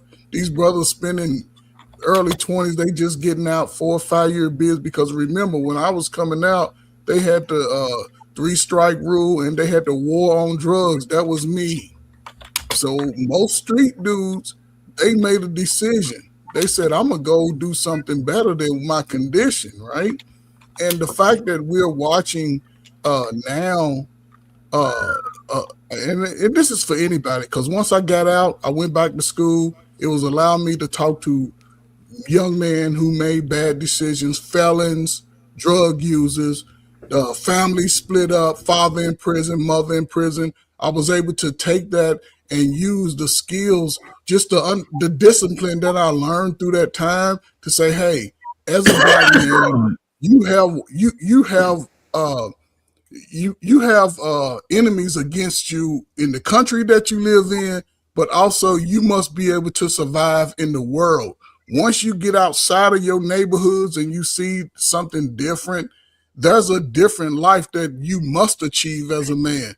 Whether you get to that so-called celebrity fake level that niggas chase today, there's still a level of knowledge that you would gain that would go beyond most guys. And Mr. Fantastic is a living example. He 40 years old, nigga retired. He ain't got to do shit for the rest of his life. His family go get paid. Anything happen to him. Everything that he's trying to do is in real time. Niggas that done spent 25 years being a failure, they mindset is they working for the motherfucking city. Yes. But in real time, if you looking at it, you can't equate family, personal, neighborhood, degenerate behavior to what the military is putting on soldiers who volunteered. Because even Private Rowe volunteered for the service. Most city workers are veterans. Most cops are veterans. Most of them are veterans. You can't put that down. They productive citizens, bus drivers. And there was probably some garbage man that found the family members in a garbage can. There's no benefit from that. And I'll shut up about this. Your family get deleted in the street, it's gonna cost y'all a GoFundMe. Y'all gonna be trying to get $20,000. Then if your family get deleted, trying to serve something greater than them, where you can stay at home and get your EBT and be in your fake air, be in your nice apartments. That soldier is fighting for that for you. He's not being selfish of it. So, get your family a new dress. instead of I trying wanna to say, add to that too, get you a GoFundMe. So y'all just got to figure it out, man. Yeah, and I want to add to that. Look, here's the thing. There is nothing wrong, and I know you know that, but I just want to just add to what you're saying. There is nothing wrong with somebody going to the military for whatever personal reasons that they are going. In my mind, it makes sense, and it would be for a healthier military if most people are going there other than to kill. Because as Fantastic mentioned, and I'm paraphrasing, every part of the military is not about murder, right? It's so many things that come with it. Somebody got to feed the military. Somebody got to clothe the military. Somebody got to steer the ship. Somebody got to fly the jet. Somebody got to guard the embassy. Somebody got to do paperwork. Like, what are we talking about, right? Fight like, these diseases. How about that? Exactly. You see what I'm saying? And then, like he said with Haiti, just aid in general, humanitarian aid all the way down to the Coast Guards. So to have the mindset that the military is the killetary, to me, that's just immaturity. That's not a mindset. That's what a military does. Cutting me off That's what it like does. you and what you call it do. Nobody else. You seem to be talking to me specifically. So how about we two get up here, dog? This is the third time your mark hasn't opened up your mouth and you addressing me, and you don't want me to address you back. No, I'm speaking in general because you speak for a million. We all go pitch a tent with your bitch ass, man. You know what I'm saying? Why don't you talk to the context? Talk to the context. Nah, he talking to me, homie. Tell him to speak to the context. We can have a conversation without you. Yeah, passive aggression. This shit is crazy. Passive aggression. You've been having your passive aggressive hits the entire time. What does that mean when you have bitch ass? Military veterans against two people that come You from the ain't streets? fantastic with the old mark ass. It's kind of unbalanced anyway. Brother, you calling me a mark? Yeah, that's what you is. That's what you is. You've been a mark since the space. You've been a mark since the space. Again, man, bro. Let me tell you something, bro. This is the problem, brother. The problem is you sycophants. The problem is you sycophants. That's the problem. The problem is that all y'all join the military and you come over here and you don't get no vibes to think that you want to spend some of that defense that you're doing over there. So honorable service that you're doing over there for some orders, for some Peckerwoods that hate you. You don't want to spend none of that energy over here. You'll come over here, you'll put on the cover, you'll put on the hat, you'll put on everything. And what they tell you to do when you want to serve over here, join the police. Join the police force if you want to serve. If you want to continue serving the same police force that you see murdering the fuck out of your folks over here while you standing there with all that pride. Did y'all stand for the 250? Did y'all stand for the 250 and pop your firecrackers? I got a question for Rogish. Oh, Captain American ass niggas. Rogish. I got a question, Rogish. I got a question, Rogish. What's the best job for a black man in America? Don't nobody say nothing. What's the best job that you would consider to be the best job for a black man in America? Not the military, not the police. I know you said that already. Not anything government, because we're enslaved to the government. I'm gonna ask you, and then I'm gonna ask I'm not saying the military is a bad job. Hold up. Wait a minute, hold up. I'm not saying the military is a bad job. I'm saying the way that black people participate in this shit, they are dishonest about their experience in it. They are dishonest about how it operates. They are dishonest about what it is. They are disingenuous about what it is that they absorb. I just want them to be as loyal to their blackness and in their experience with this military as loyal as they sycophantly are to the military. You get good. Ain't nothing wrong with learning war. Rogish, what is the best job for a black man? There is no best job. Whatever the brother or the sister believe that they can do their best within, that's the best job. Whatever their potential shows that they're best at. Are you kidding me? So you're okay with that being a police officer? You're okay with them being in the military? You're okay with it all? No issue. No issue with that. No issue with that whatsoever. Hey, shut your bitch ass up, dog. He asking me. He asking me. There you go with your passive aggression. So I want to bring some clarity. He said, because I know it got a little loud when he said the last part. He said, I don't have a problem with black men being in the military. I don't have a problem with them being police officers. I don't have any problem with the coons that they are while they're in it. He said, I don't want. I got a problem with the coonery. Yeah, he said the only thing he has an issue with is how they behave under that rule. So, Mr. Fantastic, I'm gonna let you respond. We'll go. No, I'm sorry. Jay Prince. Jay Prince. I'm gonna let you stand with Rogish. Please let me ask you. I can hear you, BMU. Hold on, man. You got everybody. Bro, What you finna say? hold on. I gotta ask this question, bro. That's just passive aggression. Let me ask That's you a just question, passive bro. aggression. Hold on, since you talking about coonery, hold on. Hey, stop! You weren't even in the ranks, dog. Shut up, dog. You weren't even in the ranks. You don't want to be.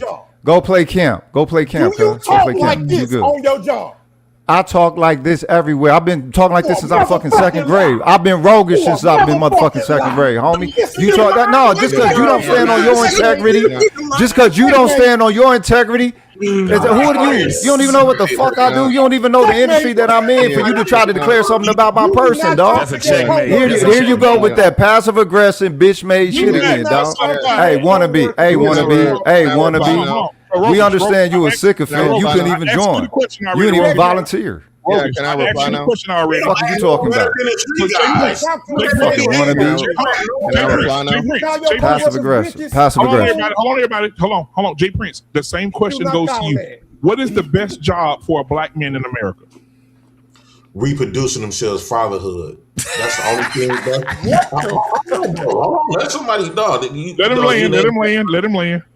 So I think the only thing that the black man has that's gonna give him some sort of power, and the power is within the numbers, is reproducing himself.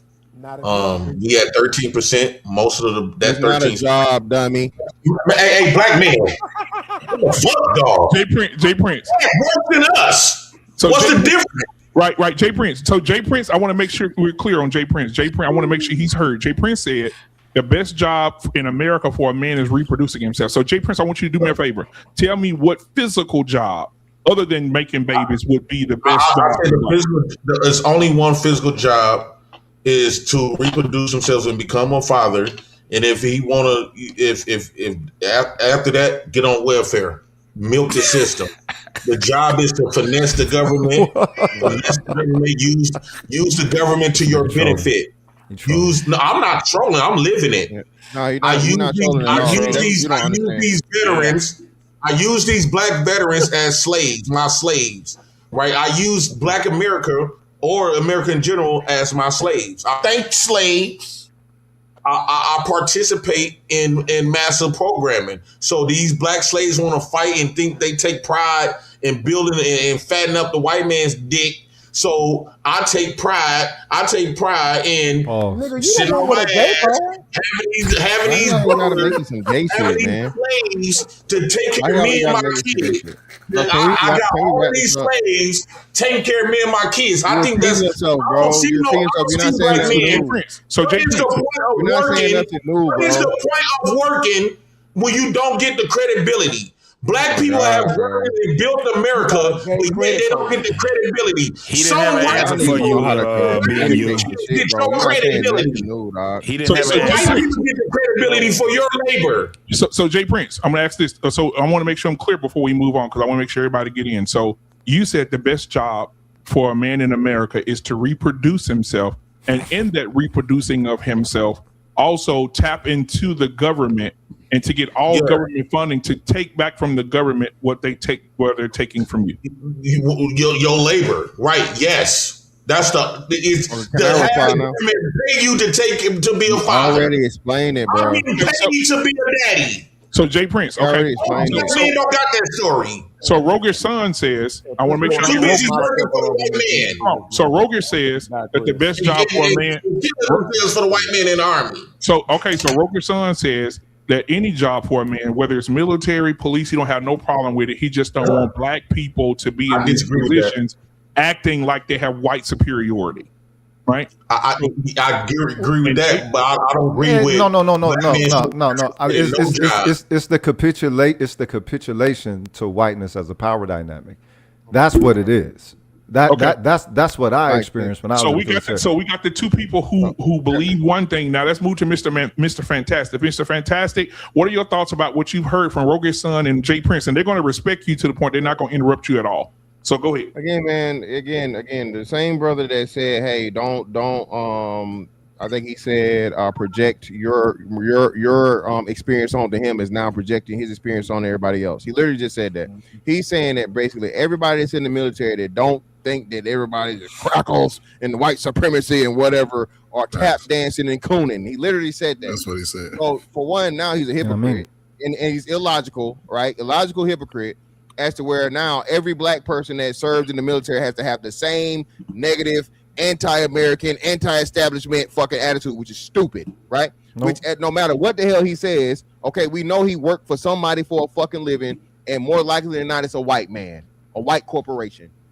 I'll bet money that it is. Okay. So what they got to do with anything? Either. Here you go defending Pilgrims. Here you go defending Pilgrims. And him saying, listen, even though he's showing your coonery right now. Even though he's interrupting me. I'm gonna mute you, Rogish. Even though he's interrupting me, he just proved my point by his reply. And what does it matter? So he does for the same white man he can't stand. He fucking surviving off of.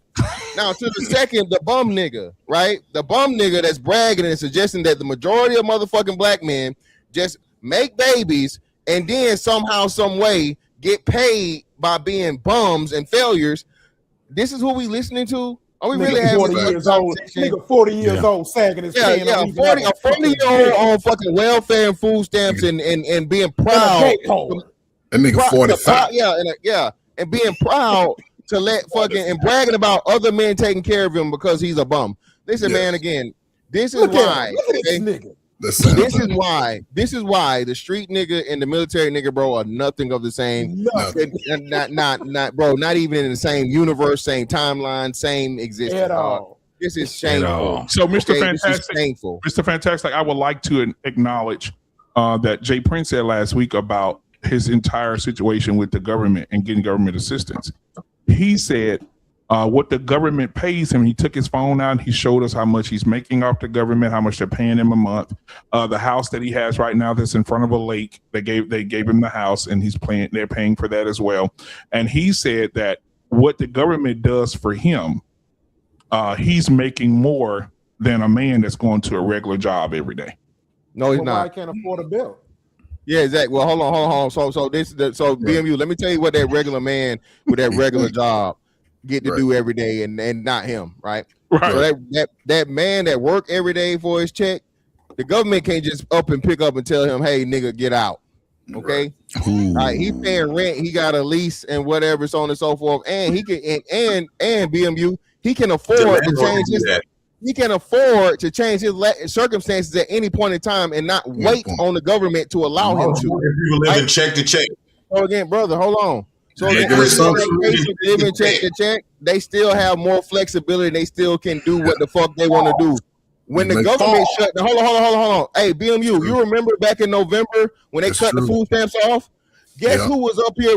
I'm gonna steal. I'm on this. I can't eat. Not the working man. And guess what, BMU? Shit finna be just like that all over again in October. Hey, BMU, they have not made an official budget. So niggas finna be grown ass 40-year-old plus men about to be on here bragging about not being able to feed themselves and their family because the motherfucking government shut down. That's what the working man ain't never got to worry about. So again, man,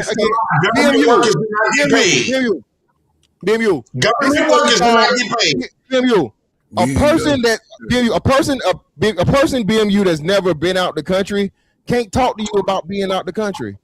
So a nigga that's never experienced being motherfucking self-sufficient financially don't even know what it entails. So he gonna say some stupid shit like he winning. And this nigga, listen, this nigga's at the bare minimum. Right. BMU, last time I checked BMU, you motherfucking you can't go to let's see, Morton Steakhouse with no motherfucking EBT card. Not at all. I don't need it. I can buy the Morton and cook it my damn self. Jay Prince, I also want to add to the conversation. Jay Prince said any man who goes to get higher education is slave education, and you are basically a homosexual if you're the higher education. Let me speak on that. Let me speak on that. And I'm gonna do it this way. BMU. How about we do this? Okay. Jay Prince was talking about reproducing himself. That was his good job, reproducing. Let me show you where Jay Prince, where people like him will reproduce. This is what they reproduce.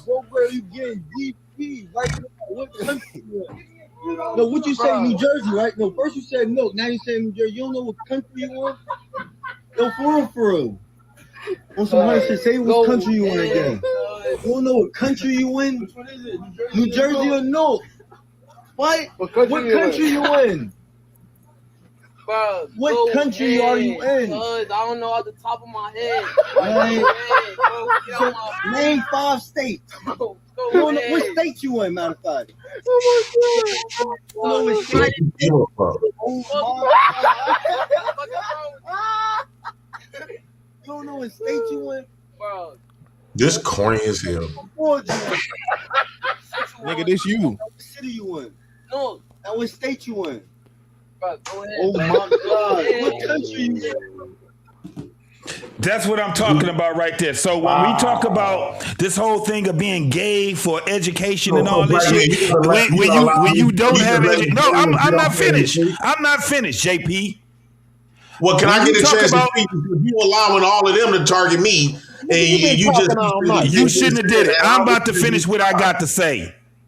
At the end of the day, when we had these motherfuckers sitting here, not only you, I'm gonna put your boy Rogish in the same thing. Y'all motherfuckers talking about a bunch of nothing. And what happens is y'all forget that there's children out there that y'all don't do nothing. Y'all have I don't speak against education. You can't love me in with speaking against education. Who the fuck are you? What you talking about? I'm talking. Damn, what you talking about? You don't love me as if I'm against education.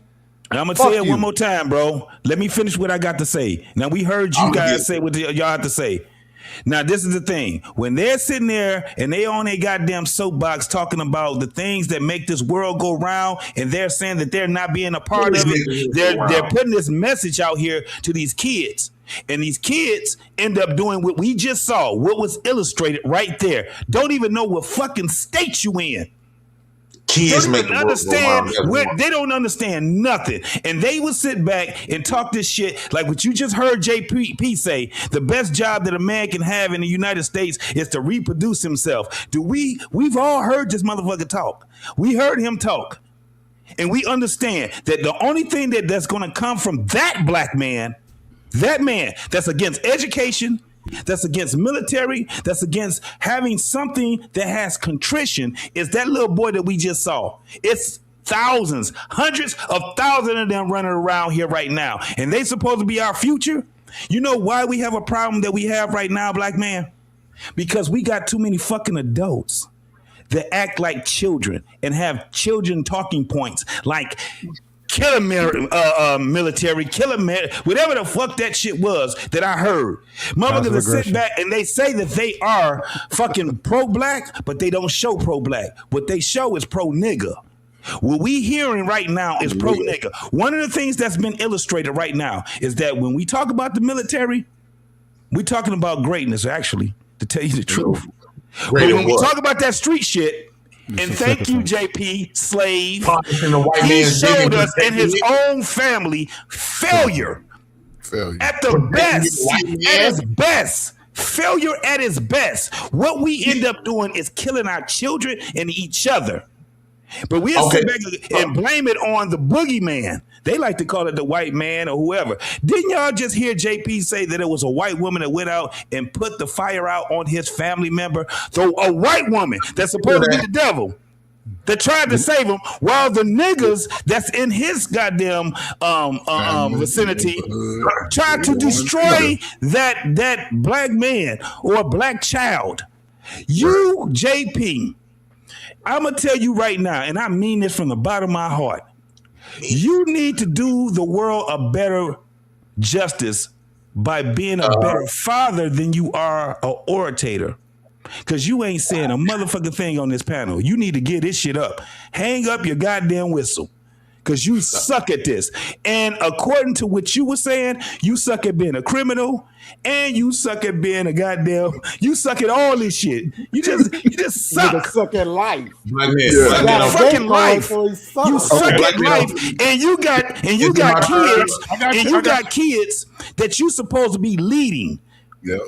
And I feel sorry for them, because the only thing you doing is leading them to failure. And the only person you got on your side right now is people like Rogish, and I ended with that. It ain't got nothing. Hold up. Okay, wait a minute. Okay, we done had 3 of you passive aggressive motherfuckers say something. Let somebody say something. Let somebody say, hey, BMU, what's up, cuz? I'm gonna let you talk after Jay Prince, and then T-Mac's gonna take over the show. Oh, after, okay. T-Mac's gonna take over right after that. Jay Prince, respond to what they said about you because you felt targeted. Then I got a video. I got another video. Can you pull up? So I was more failure. Hell no. Nah, hey, cuz, nah, hey, homie,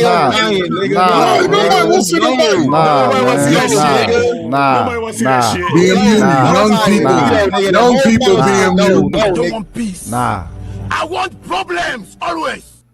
Yeah, nobody want to see that. It's shit, literally my bro. goal. I can do what I want to share. Nah, as long as dog. we gotta allow you to share. Hey, hold up. No, the thing is, you're trying to show those videos acting like you're speaking for the streets. You're not speaking for the streets. Hey, nah, dog, because you're not speaking for the streets. You a victim of the streets trying to speak for the streets. I don't want to see no more of that shit. Nah, dog, we done. We done. We depressed, nigga. Hey, dog. Hey, we understand the statistics, dog. Some black people are statistics in this motherfucker. You good, cuz? You good. You good. Hold on, Jay Prince. Hold on, y'all. So Jay Prince. Can we raise up the video? So Jay Prince. So the video that you're about to show, explain the video first, like you did the last one. Okay, so this is one of my cousins. BMU, come on, BMU, bro. No, BMU. Hey, cuz, what we doing? Tell us, bro. We don't gotta watch the fucking video. We don't want to see that shit. Let's let him tell us. We don't need the video. Tell us, bro. We don't want to see that shit. We gotta look at your ass. Nah, dog. Come on. Hold on, y'all. I got it. Jay Prince, do me a favor. No, and this ain't about nobody else. It's me and you talking. For the sake of the show, because it's been finna be over. Do me a. I want to bring up my video. You said I can. Right, yeah, I did. And we've done 4, right? But I'm saying the show finna be over. I gotta stop because they can bitch and fuck them. No. I'm saying the bitch ass nigga, we outvoted you, nigga. The whole panel said no. No, nigga. We gotta know, We gotta know. Hey, now what do kids do? Y'all, what do kids do? You literally said I can do this. Yeah, we did 4 of them, Jay Prince. So I'm asking you this. You didn't give me no limit. You didn't give me no limit. They up here talking, running their mouth. So Jay Prince, real shit. So you got a limit now, JP. Follow in line. Follow order. Hey, I swear to God, I will never in my life come on this bitch no more, man. Oh my God, nigga! Nah, dog. Threat. Nobody, nigga. That is not no threat. I'm taking my basketball. Y'all can't play with my basketball no more. They don't play no value at all. Neither one of them. Nigga, you had nigga when you was in here, nigga. Stop. So Jay Prince, can you tell the panel what your video's about? No, I want to show it. Right? No, bitch ass nigga. Give us a pre-show before the video play. What is it? Black man, I want to have a conversation with you. I don't give a fuck about them. Okay, so what's on the video you about to show? So the video of me and my cousin, my cousin. About to rank on this nigga. He was kidnapped and moved out the band. I don't want to spoil the video until after I play it. It's like a couple of second video. It ain't that long. None of my videos was long. No more than long. It's shorter than these motherfuckers. Okay, but y'all was taking nothing about the street. Are you using it? Oh wait, you using it to defend the street, though? What's the intention? One thing is, this is Black man, are you representing the street or are you defending the street? What you doing? Hold on, y'all. He said that this is mob ties, and this is Chris Boogeyman Anderson. No, right? That's what they name it. That's somebody reacted to it. So this is your cousin. That's the shooter. According to a criminal on September 17th, 2016, police were dispatched to an area near 53rd and Clark, where they found a male victim on fire. A 911 caller had indicated the victim was yelling, "I can't believe my guys did this to me." The victim, Catrell Scott, would suffer second and third degree burns to his face, chest, and lower abdomen. Lucky to be alive, he would suffer over 60% burns on his body, with his injuries being determined to be life-threatening. It would be weeks before investigators would have a chance to talk to him. And when they did, what he would describe in November of 2016, a 25-year-old high-ranking gang member would be charged with a series of murders and attempts that would terrorize Milwaukee's Northwest Side. New at 10, web of violence. A newly unsealed search warrant shows a series of murders and attempted murders across the city's Northwest Side. Rebecca Clough has been sorting through the paperwork, and she finds it all leads to one thing: drugs. That's right, Carolyn, George. Heroin, specifically. They're all part of What a this got to do with Milwaukee the gang military, called though? Brothers of Struggle, or BOSS. Christopher Anderson faces a list of charges: first-degree homicide, attempted homicide, kidnapping, armed robbery, and that's just the start. According to court records, he's a member of the Boss Street Gang, known for selling heroin and carrying out violence on the city's Northwest Side. Last year, Anderson allegedly killed this man's brother because he was cooperating with police over a shooting on the freeway. Shots fired, multiple cars hit, and now 2 men charged with last week's wild shootout on the freeway. And our Ben Handelman has uncovered the suspects are under investigation for an even more serious crime. Ben's live tonight at the county courthouse. Ben. What's the relevance? Good evening, and we are learning a lot more details now that charges have Okay, been we filed get it, today. bro. Shit. Okay, so behind me, really, okay. it's pretty amazing. Yeah, what So are we Jay doing, Prince, bro? explain the video, Jay Prince. The relevance. What's the relevance, Jay Prince? What are we doing? Now, go ahead. We done. That's the last video. Go ahead. So, what you got, Mr. Fantastic? He wanted you to see that video, Mr. Fantastic. What you got? Stupid ass nigga, man. Listen, bro. You want me to explain the video? Another You want me to dumb explain nigga it? that's dead over some stupid shit. Now he fucking wasting away in fucking prison where the fuck he belongs. So Nobody I care about that explained stupid all ass these shit, videos nigga. because And hold on. And if you and hold on. Hey, black man, bro, you don't got no. These niggas don't respect you on your shit. No, nigga, nobody respect These your people bitch are ass. all Nobody here. respect your They bitch know ass. they Like, feel you like don't you know all what this. business. That's That's what I'm talking, nigga. They don't go. He will never disrespect him. Nigga. When Again, I man, tell him to listen. be quiet, he Again, gonna nigga, shut you right. up It's not your and turn. He be asked me the quiet. question, you stupid You nigga. never You not did. respecting him. He asked me. He Jay asked me the Prince, question, you idiot. What's the relevance? Jay He Prince, asked Jay me. Prince, he's talking So about you're not the respecting him. all day. Ugly. So Jay dog. Prince, he's asking. I asked him to elaborate on what he dummy. saw. What he saw. No, you is begging him to respect you. Got the worst You attitude. You're not begging me to do shit. No, Anytime Jay he talk, I Prince, shut the fuck up. Jay Prince, Jay Prince. Hold on, Jay Prince. Hold on, Jay Prince. So And listen. now you snitching. Jay Prince, he's responding to you. So let him go first, then you respond to him. Jay Prince, he's talking about the video you just showed. You want to see what he- So Mr. Fantastic, what are your thoughts about the video you just saw that Jay Prince presented? Does it? DMU, I'm going to answer your question, sir, that you Go ahead. asked me directly. Okay, I'm going to directly answer the question that you asked And then me. T-Max, you on deck. Go ahead. I think this is yet again another example of a poor and destitute individual that's showing us fucking chronicles of people fucking dying and going to fucking prison for what? Why do these niggas even BMU? Riddle me this. How are these niggas even making it to fucking prison if they so real? Why do these niggas not shoot at the police? How do these niggas make it to the point of where they even get to that shit? That's my point. So again, if you so real, nigga, be real in the way and die. Never see a prison cell, nigga. Yeah. So can I return or no? Yeah, you can. T-Max is on deck. Go ahead, T-Max. I show these videos right after this. I show these videos because all these veterans come up here and they like to hide up under the military banner as if they tough, right? Most of these dudes, fantastic, JT, they had a good upbringing. They had a mother and a father. They graduated. They got an education. You don't know that. You don't know nothing about us like that. No. They shared this. They had a high school and all this other type of stuff. They did not been through no traumas. Not even in the military, they didn't go through no trauma. I don't even know why they even get a check for what participation. You have not got shot at. They admit it. They have not got shot at. They didn't shoot nothing. Right? They didn't been through shit. They probably seen a couple of their buddies get injured and stuff like that, but they didn't. right? So why are we respecting these people? Why are we respecting these so-called veterans? I don't even call them no veterans. I call them somebody that went over there and got a job and took up this. It's like they went to college, right? They like they say they basically went over there to get a degree for their life, to get a check for no apparent reason. They not the surgeon audience. These is not the veterans that put in that work.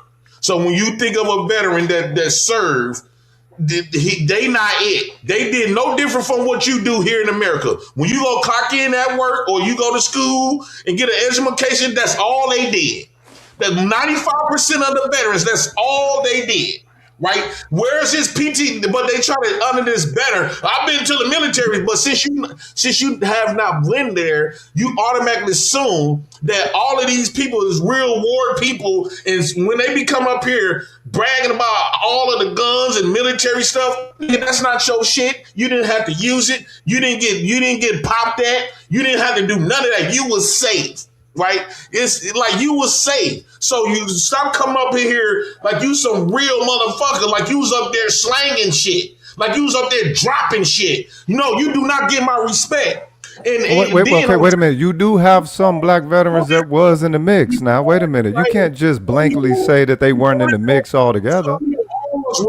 You doing it for a race of people that removed you from your family. How come you didn't apply that same heart to so-called go fight for the white man, the same white man that removed your bitch ass from your family, that created niggas like me? You didn't stand up to that white man, so you know you. So ain't JP, crazy. let me ask you a question. Act like you really crazy. JP. All right, JP.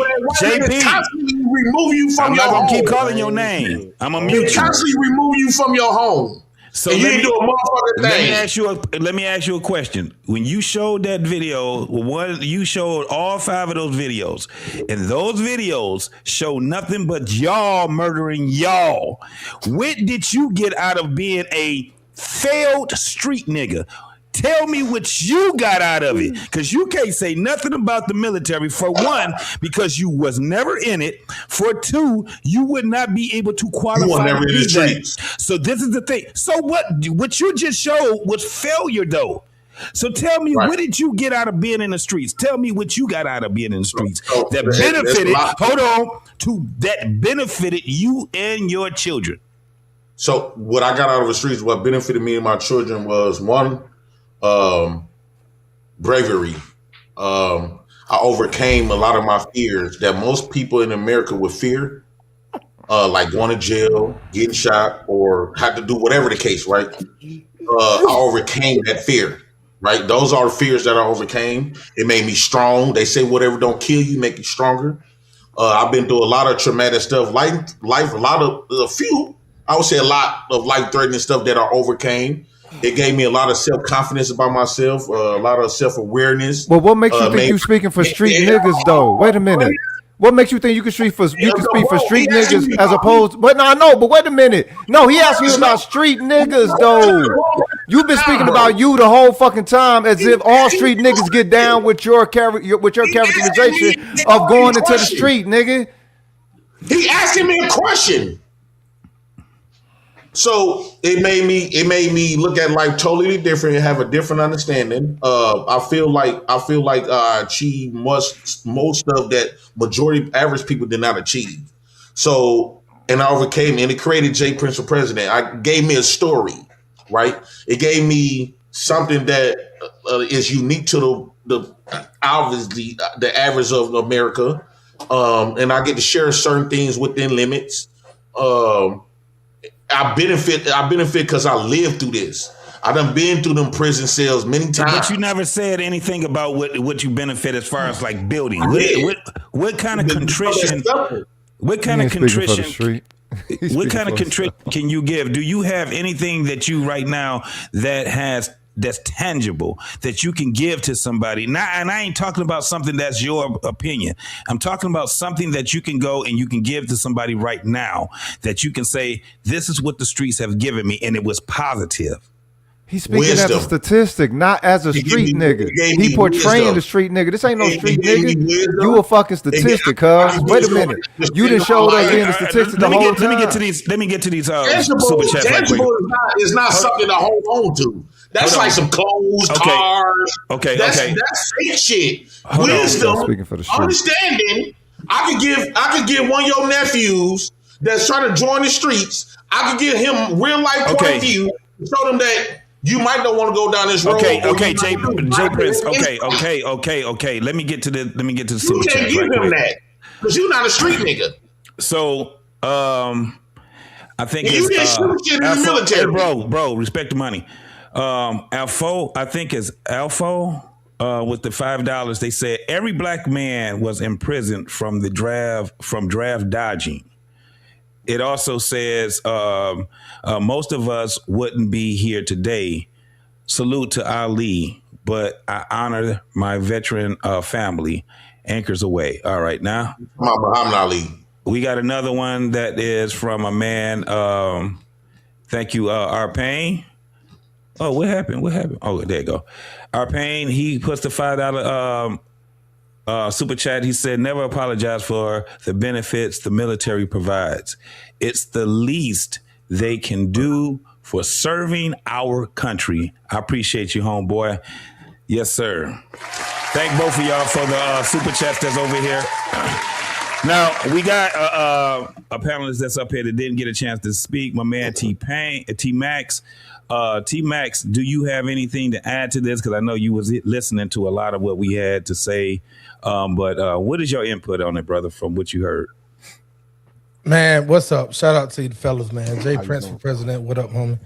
Bruh, like I can't get down with none of it that JP speaking. He's speaking from emotions like a bitch. So when I hear him speak, you can fix your face, bro. Like I'm gonna go ahead on and run it down the line. You coming up saying things off of what you despise, not what's real. Okay, so the same way that you would protect your household or your family is the same way that military protects the country, which your household and your family falls within. Now I understand. All right. So the black neighborhood has never been protected from nobody. That's a lie. Let the man finish. The man ain't said nothing all night. And let him talk. So the black neighborhoods, we protected the black hood. Man ain't said shit all night. Let him talk. My bad, T-Mac. But y'all didn't do it. Y'all didn't protect shit over here. Let him land, T-Max. Go ahead. Y'all got it. Go ahead, JP. No, my bad, T-Max. I'm just saying when you said the military protects stuff, no, y'all didn't protect a motherfucking thing when y'all black race. Y'all protected the white man's race. Y'all didn't do a motherfucking thing for us. So don't give yourself credit. Yo, man, let T-Mac speak, man. Hey, come on, brother. I get it, man. Listen, somebody like that, you can't reason with on a subject like this. Obviously, he has some internal stuff because he speak about the military a lot. Now, what I have noticed, and I'm gonna keep it all the way funky. What I have noticed is that he speak about this because he may not like a certain person or certain people that be on these panels that was in the military. So that's why he goes hard. That's my opinion. The same way that your dumbass logic don't have nothing to do with the military. The same way my logic ain't dumb. My logic ain't dumb. All right, explain it again. So hold on, he dropped off. Thank you. Man, I mean that was his, and did nobody knock him off or anything. His device is not connected. So I'll say this before he come back on to interrupt. Listen, what I've heard for the last 2 hours, right, is JP go off on the white man, but he's talking to black men, right, as he's doing so. So with that being said, I don't understand his logic behind people that joined the military. Rogish, you had some things that you was speaking about earlier that I don't understand. Did you ever serve in the military? Yeah. You have? Yep. So were you saying things like the white man's army and things like JP? I didn't say the white man's army. Okay. I misheard. You call it military. Oh, yeah. Hold on, because it ain't nothing to do in that motherfucker until the war popped up. I don't see how y'all can take pride in this shit. Rogan, say that again. Hey, homie made me figure the fuck I was gonna say. You said wasn't nothing to do with something until wartime. Yeah. It wasn't nothing to do. You didn't see how everything works and how it works in efficiency until you had general quarter call. Once the war. Okay, what was your MOS? I went in as a jet mech, but then changed that to medic, and then got placed into bosun mate, and then shipping. The thing is, I kept getting what's they call that? Captain's mask. I still got an honorable though. But I wasn't taking none of their bullshit. I don't know. Recycle? I don't know. Oh, reprimanded? What? Yeah. Well, the thing is, whenever it came time to advance, they just moved me to another berthing, and so Oh, reclassed. Okay. Yeah. You was in the Air Force? Me? No, I went to the Navy. Oh, okay. I got it. All right. Yeah. So you saying for yourself that there was nothing to do until wartime in the Navy? No. I noticed everything that was there, and during peacetime, we had a lot of shit that we wasn't interacting with. And you wonder, okay, what's the operations with that? What is the How long you reasons served? 4.5. Okay. All right. So the thing is, you feel like you're wasting your time, the bulk of your time there. But you only spent a small amount of time. How long was your basic in AIT or whatever y'all call AIT? Advanced training. Like I don't know, like 9.5 weeks or something like that. That's wait, no. Advanced training was like 12. Okay. Yeah. All right. So you really, outside of basic training and your advanced training, you really spent like 3.5 years in there. Okay. Yeah. Okay. And you're saying that you saw there was nothing to do in peacetime until there was wartime. Yeah, until the war kicked off. Once 9/11, I was in before 9/11. Once 9/11 kicked off, you're like, oh, okay. Or when you got a general quarter call, whenever you were overseas or something like that. No disrespect, homie, but you don't get a chance to speak at this point because you didn't see enough of it for you to understand. Wait a minute, bro. Hold on. Wait a minute. For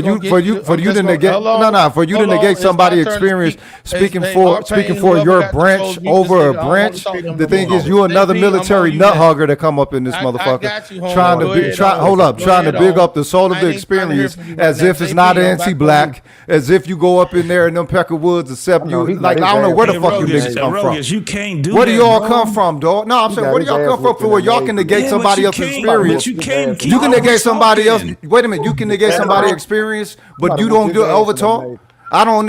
What the fuck? I call the whole system into an accountability. No, you can't. Y'all niggas got a problem with me when you fucking talk on the passive aggressive side of the game. This whole mark ass nigga just did it more directly. Fuck, we talking about? You still gotta be respectful on the panel, bro. And you just crazy. Be respectful to him too, though. And hold up, of him to just completely dismiss somebody's experience because it wasn't aligned with his. JP, I was respectful to him enough to say I ain't. I tell you, I'm a mad shocker. I'm a mad shocker. Y'all some old military old nut hugging ass niggas. So everybody that really understands do what you do. Real military, and when they say military, normally they speak about the soldiers. Disingenuous. Hey, bro, if you gonna go, just go then. You ain't got to keep doing it. Yeah.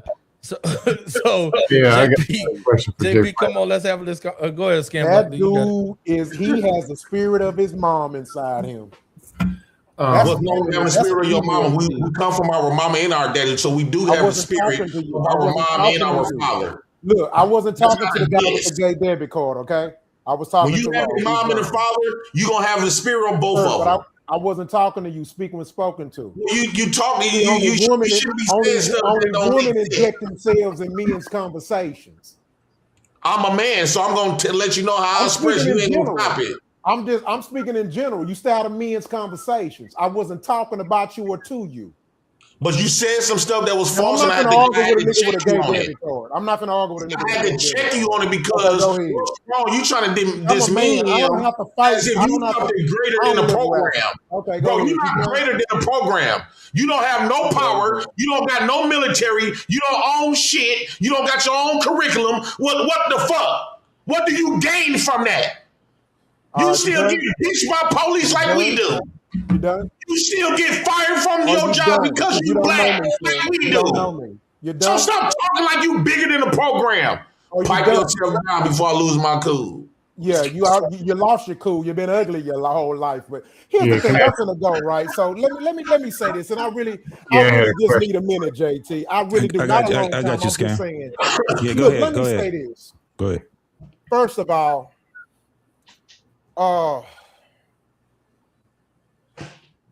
there's this thing that I used to say before I gained a certain level of wisdom and maturity.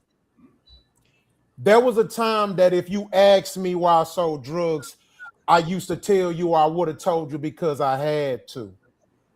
But when I became a wise man and I learned better and I realized that I didn't have to do that and that I could have went and got a damn regular job like the average American citizen, you know what I started telling people? I sold drugs because I thought I had to.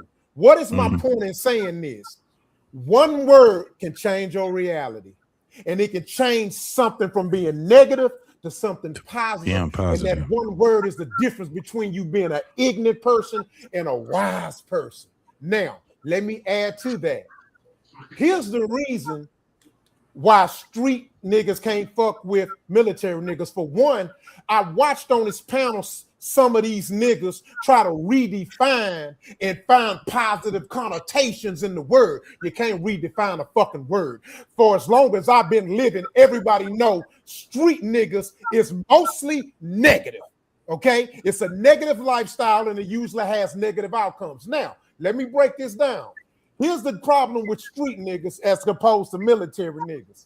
With street niggas, less discipline, make more mistakes, less benefits, less organized, lower accountability, more all the bitches, less benefits, all the kids.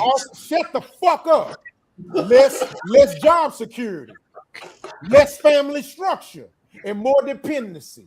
And with that said, before I go out, let me say this one thing. I'll have the worst marriages. All the people that are watching, anybody that served in the military, I thank you from the bottom of my fucking heart. And I appreciate it. For what? And I want to thank you so much because what did they do? You just know that you fought for respectable, honorable men like me and not just what did they do? Ass niggas and worthless assholes. And I'm out. What did they do for you? Salute what did they do? Man. Salute to you, black man. Most definitely. I got a question for Jay Prince. Go ahead, Skim. They didn't do shit. What you gonna thank them for? They didn't do shit. I got a question for Jay Prince. They ain't do a motherfucking thing. Jay Prince. Rockstar, I thought you left. Oh no, that's Coach Martin. My bad. Nobody thank the niggas that freed you. There was the street niggas that freed us. Yeah, Black veterans didn't do a motherfucking thing. All right, let's ask this question. Boys and all them shit got us in the position we are in today. Not them black veterans. They didn't do nothing but master what master told them to do. So I find it offensive to be thanking some black veterans. They do motherfucking things our black race or community. So let Scam ask his question. Go ahead, Scam. Jay Prince. Earlier you was talking about your uncle was in the military and he was out there at war and they were shooting at him and then he had the white men shooting at him from the back. Yeah. Was he a punt returner or Lamar Jackson or something? How the hell you gonna dodge bullets from the enemy and your own people?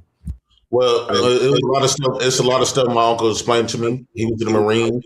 I got uncles that was in the armies. A lot of people. If you don't believe me, I show you pictures with him and him on the ground. Hold on. I like to bring receipts on everything I speak about, so nobody. I want to see how this dude was ducking his own soldiers. I want doing all that. You, if it's a war or whatever it is, and you with my uncle, he's 7 years old. He been in that war, the Vietnam. I guess it was Vietnam. Okay, I'll do you better than this. Was black none of them could shoot getting shot at by his ops and the people that he's supposed to be fighting for with? Lord Jesus, he lied to you. You deployed. Hold on. Wait. Get popping in the back. Black veterans getting shot by their own team players in the opposition in the military. JP, stop. Yes, unfortunately, Black veterans and service members were targeted.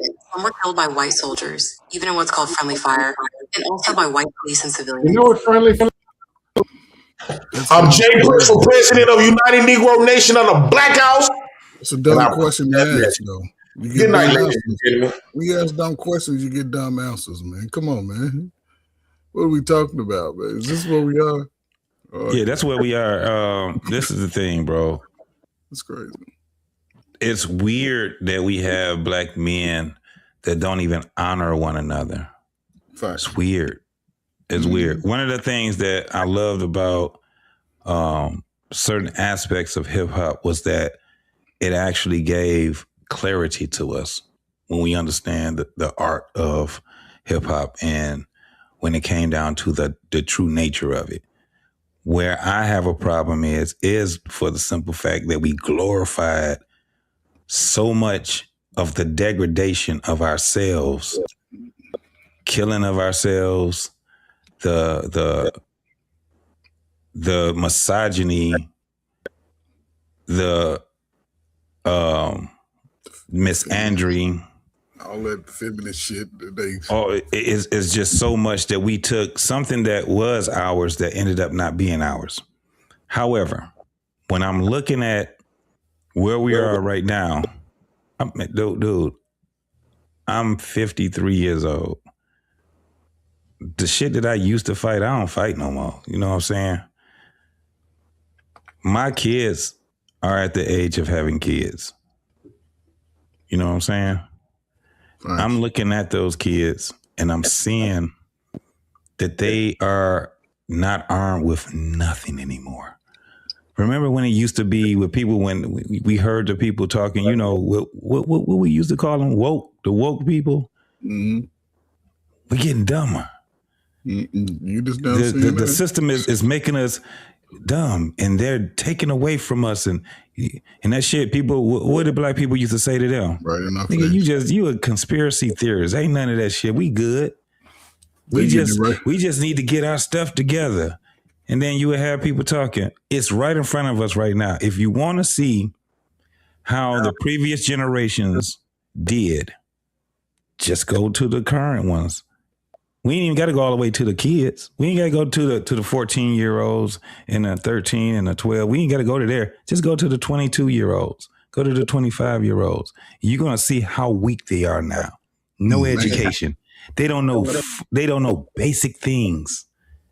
Now, people would try to argue, right? No, that's not true, JT. We got they making money, they getting to it. They no. That's another subset of young folks. Mm-hmm. That's another subset.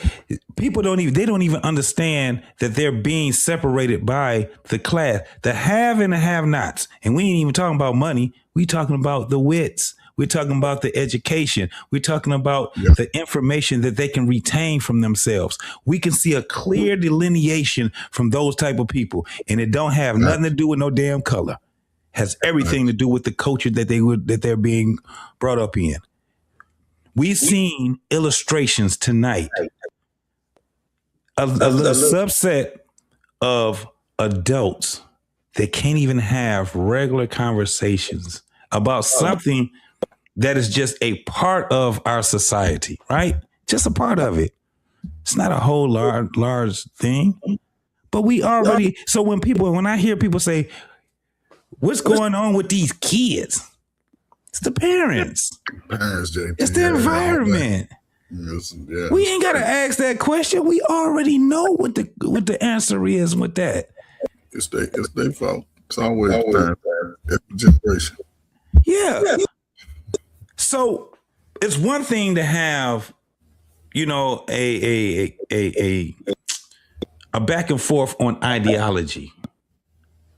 But when you have people that are clearly clearly succumb to the war on the mindset, bro, it's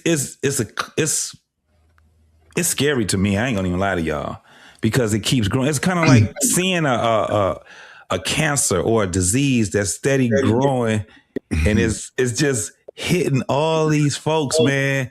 And you like, We expect these people to be parents. Yeah, JT, you know why? Because when you look and saw how our parents were in their 50s compared to how everything that's our age as our parents age, they're lacking a lot of that confidence building that the family unit that you speak of implements in boys. You know, because in my favorite era, I say her background, but my favorite era, you know that when JP is a crack era adult. He was a kid when it destroyed the community. That became a time where black on black crime increased damn near 90%. All through our young teenage years, we could fight and be best Scam, friends. hit mute, Scam. So you got hit mute. You got feedback. Yeah. What I miss, nigga? I mean, you hear it, BMU. I don't know. We getting ready to shut it down, but we you know, we basically what we doing is just giving our synopsis of not only the conversation, but what we actually see. Am I good right now? I want to say this real quick too, if I can. Shout out to my sister Mary, man. My sister Mary had a real bad seizure on Tuesday, and that's why we didn't have this show on Tuesday. No, man. And so she's doing well now. She's back at home, and she's resting, and her husband's taking good care of her. But yeah, it's one of those things, man. Life, you know. So that's why we didn't have it Tuesday. So I reached out to T-Max and JT them. I told them, hey, we're gonna move the show to Thursday. But yeah, she's doing good, man. Them seizures are scary, boy. They get real bad. Yeah, they can get real bad, brother. And so so I appreciate y'all, man. You know, rocking out with us and helping, you know, allowing us to move the show. Go ahead, T-Max. Nah, I was just saying, man, sorry to hear that, and I'm glad you saying she's doing better. That's all. Yeah, she's doing good, man. Her husband taking real good care of her, brother. Real good care of her, man. And that's a good dude, bro, for sure. Yeah, most definitely. And I'm saying this, you just to tie it into today's topic, right? This is a great time, right, to become military minded with family and loved ones and health.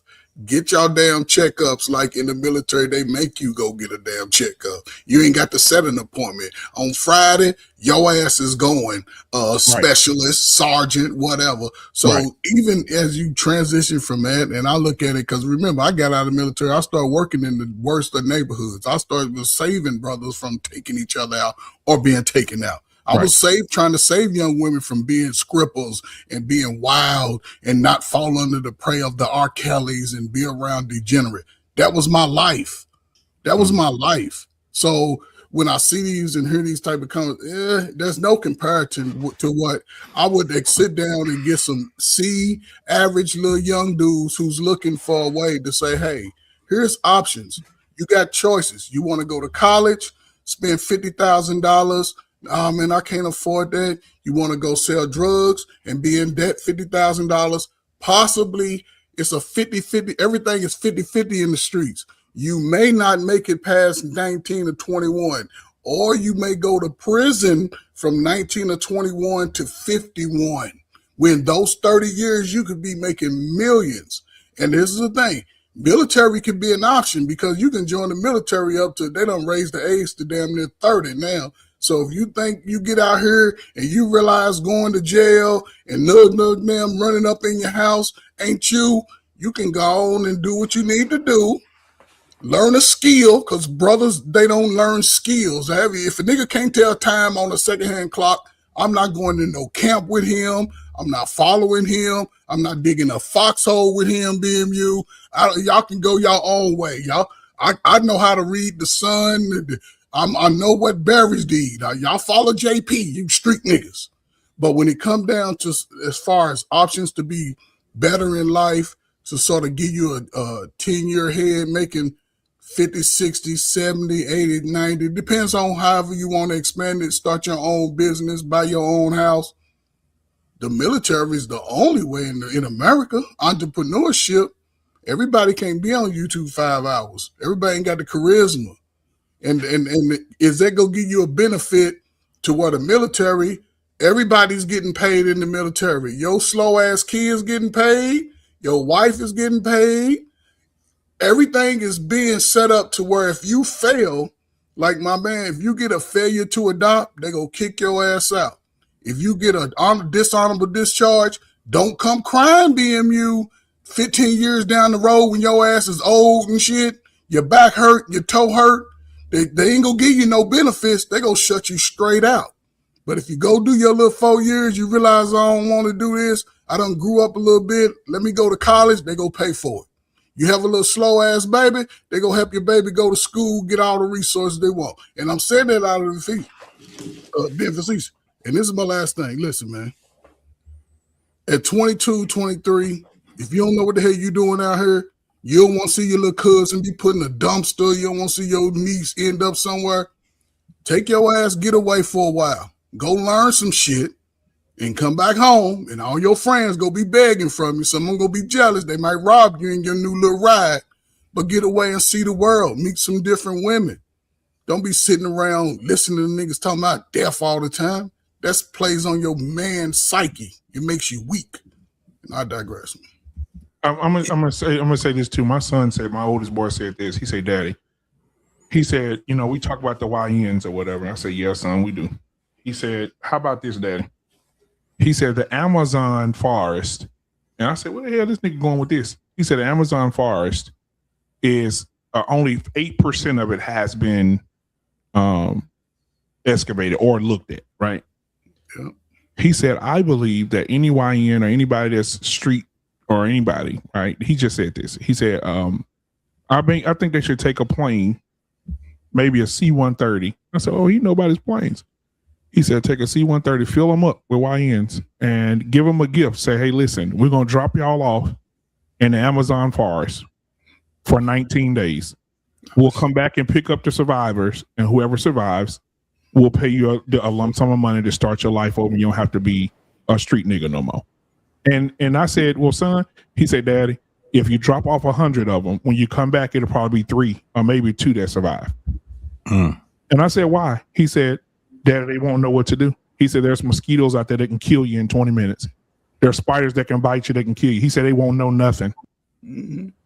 And he said, "That's how." He said, "If you want to," he said, "You want to clean the streets up there, that's how you clean it up." I said, "Ooh, shit, that'd be tough." Son is smart. That'd be tough. It will, and this is the reason why.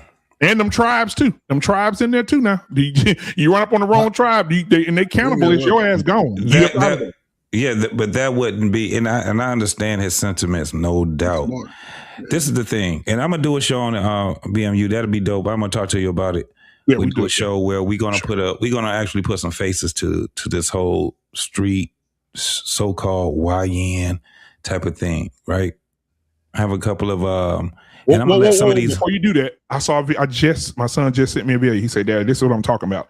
He just sent me a video, guys, of some YNs in a car. The police pull them over, asking for insurance. The police puts his hand on the gun, and the YN tells the police officer, "He's 16.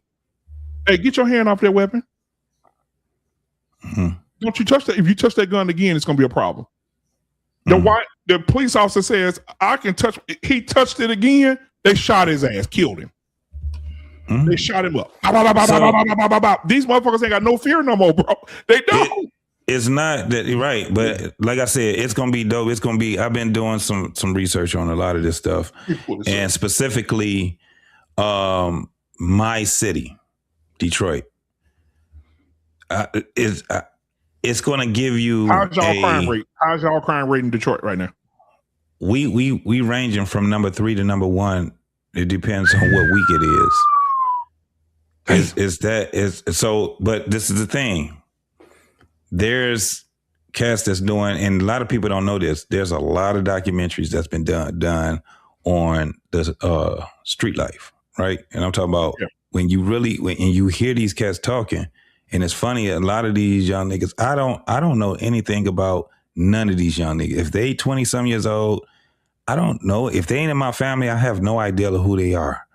But I want to be able so we can actually get some real, you know what I'm saying, some real context on how they get to the point of how they thinking. I'm going to tell you right now, JP would not survive in Detroit. He would never survive here in Detroit.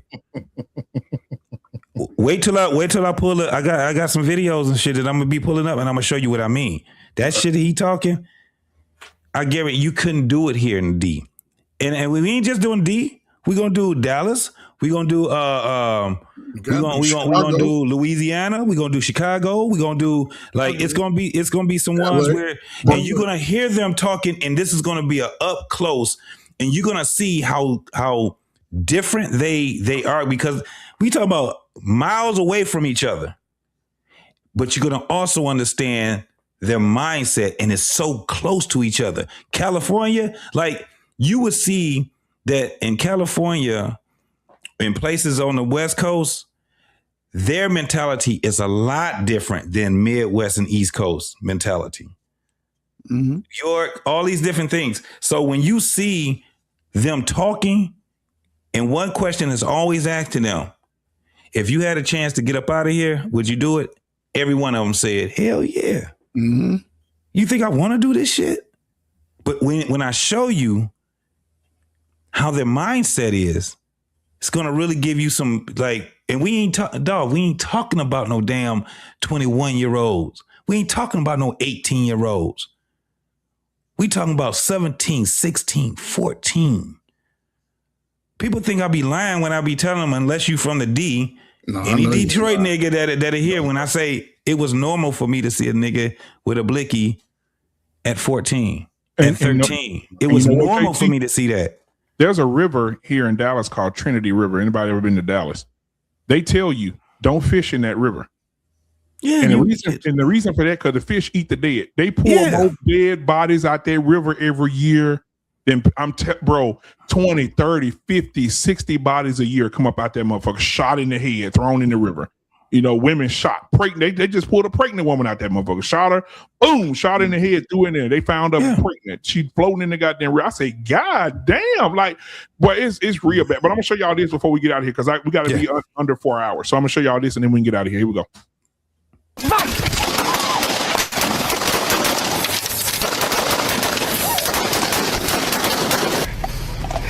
It's okay. Please don't let me die. Sit down. Please don't let me die, okay? I'm hitting the hand. I'm hitting the chest. I'm hitting the face. The suspect ran a red light and collided with a vehicle that was traveling through the intersection. Airbags deployed in the suspect vehicle upon impact. Both vehicles sustained significant damage in the crash. Don't move! Don't move! Don't move! Show me your hands right fucking now! The suspect refused to show his hands. Officers were unable to clearly see inside the vehicle. They drew their weapons and repeatedly ordered the suspect to raise his hands, but he did not comply. Hey, back up! Back up! Back up! At that moment, a passerby suddenly walked into the area, briefly drawing the officer's attention away from the suspect. Fortunately, the suspect did not attempt to take advantage of the situation. Put your fucking hands up! Back up! Hands up! Hands up! What the fuck? Put your fucking hands up now! Let me see that right hand! Ah, fuck! Shot his ass in the head. Shots fired! Shots fired! Shots fired! Shots fired! I'm hit! As the female officer opened the car door, the suspect suddenly opened fire on the male officer. After being struck, the officer returned fire while quickly taking cover behind a pickup truck. Despite being hit, he moved around the vehicle toward the driver's side. Meanwhile, the female officer did not return fire and instead fled while screaming as the suspect fired in her direction. That's a sister with a shot there. Yeah. How you leave your partner to get killed, bro? That's crazy. It's a white lady. It's a white lady.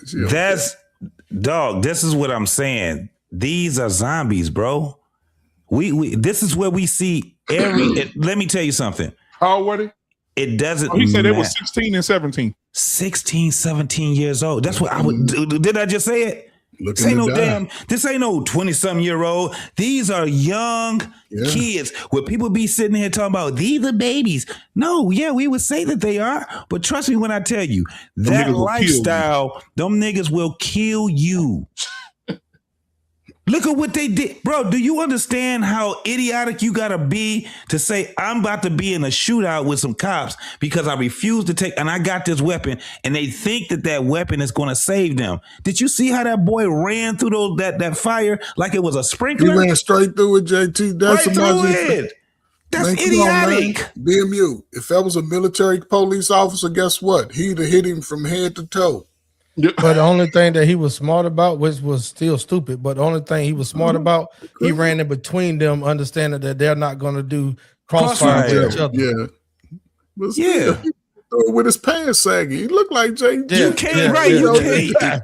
Look like JP with his damn pants sagging. Tonight, the same outfit. No, but that's a 40-year-old man talking like a goddamn 17, 16-year-old. That's scary. That's dangerous to his own damn kids. Yeah, that's scary. That shit is, and what we're seeing is this type of thinking. Have anybody asked themselves, how the fuck is this shit hitting our people, no matter where they at in the United States, in the same way? They have the same fucking way of thinking. This ain't like they get on the phone and say, this is what I'm thinking.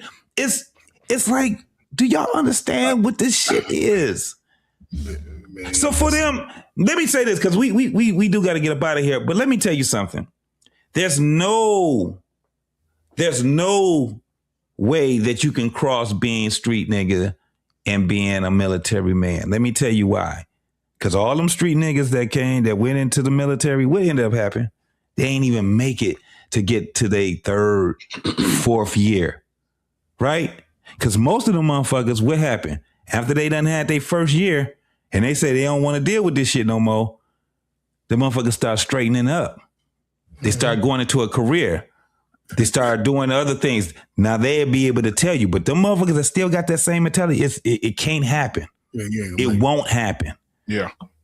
It won't happen. And this is where we have to start being at a point as black folks. This is my whole thing. We got to stop doing what we've been doing in the past. And what I mean by that is this. We cannot glorify any more of the degradation of our people. We got to fight against that shit so fucking direct and hard now, y'all, to the point where we can't allow these folks to sit back and get that airplay as if this is what's going to save us. It's not. We ain't got all the goddamn answers, y'all. But let me tell you something. We on the right track.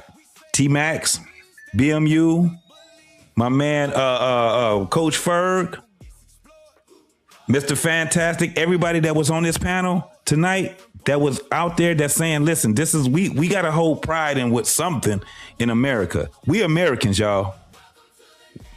We Americans. All that other way of we talking and all that old outdated ass way of talking, we understand that racism is in there. We understand that fratricizing, a lot of that was what they was talking about. Friendly fire. That shit is there. We gotta do infighting with our own family members and all that. But what we gonna do? Just give up? We can't give up no more. We gotta fight against this shit, man. One of the things that was told to me, that love conquers all. Yeah. Yeah. Love conquers all, bro. If I could say this real quick to that friendly fire, man. You spoke about it, about the D. Jay Prince speaks about it, about Milwaukee and his family. And then we see it all on the news all the time. Nigga, ain't no more friendly fire than us against us in the streets. So fuck all that white man army streets niggas represent and pull up. Y'all don't pull up for nothing but for your sisters and your ex baby mamas who saying they new boyfriend is beating on them. That's the only time you pull up and be superhero. Other than that, you niggas is killing each other in the streets and dying by it with honor. What the fuck kind of honor is that when your children is left out here? Jay Prince, hey, you talk about serving. You niggas serve more in the prison system than you do across seas in anybody's war. So I'd rather go to the war that the white man owns versus the prison that the white man owns. So you motherfuckers can take your stripes and your teardrops. I'll take my DD214. That's T-Max Network. I love you niggas. Represent BMU. Thank y'all. JT, my nigga Coach Ferb. Good to see you again, bro. All right, y'all be good.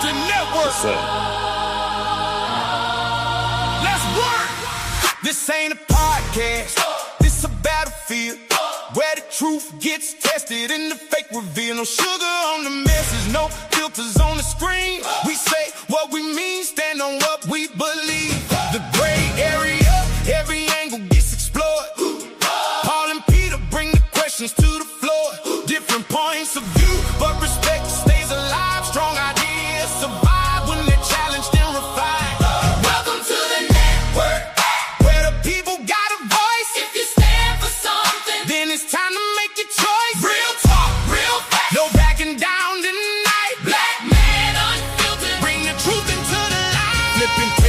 turning comfort upside down. Breaking old assumptions, shaking up the town. If the truth makes you uncomfortable, let it do its job. Growth begins the moment we stop dodging hard thoughts. Battle-tested truth, our rules never fold. Pressure makes character, that's the story told. Standing on conviction when the room gets loud. Truth doesn't need permission from the crowd. Oh, we don't fear the dialogue, we don't run from disagreement. Ideas grow stronger when they test it with integrity. Mr.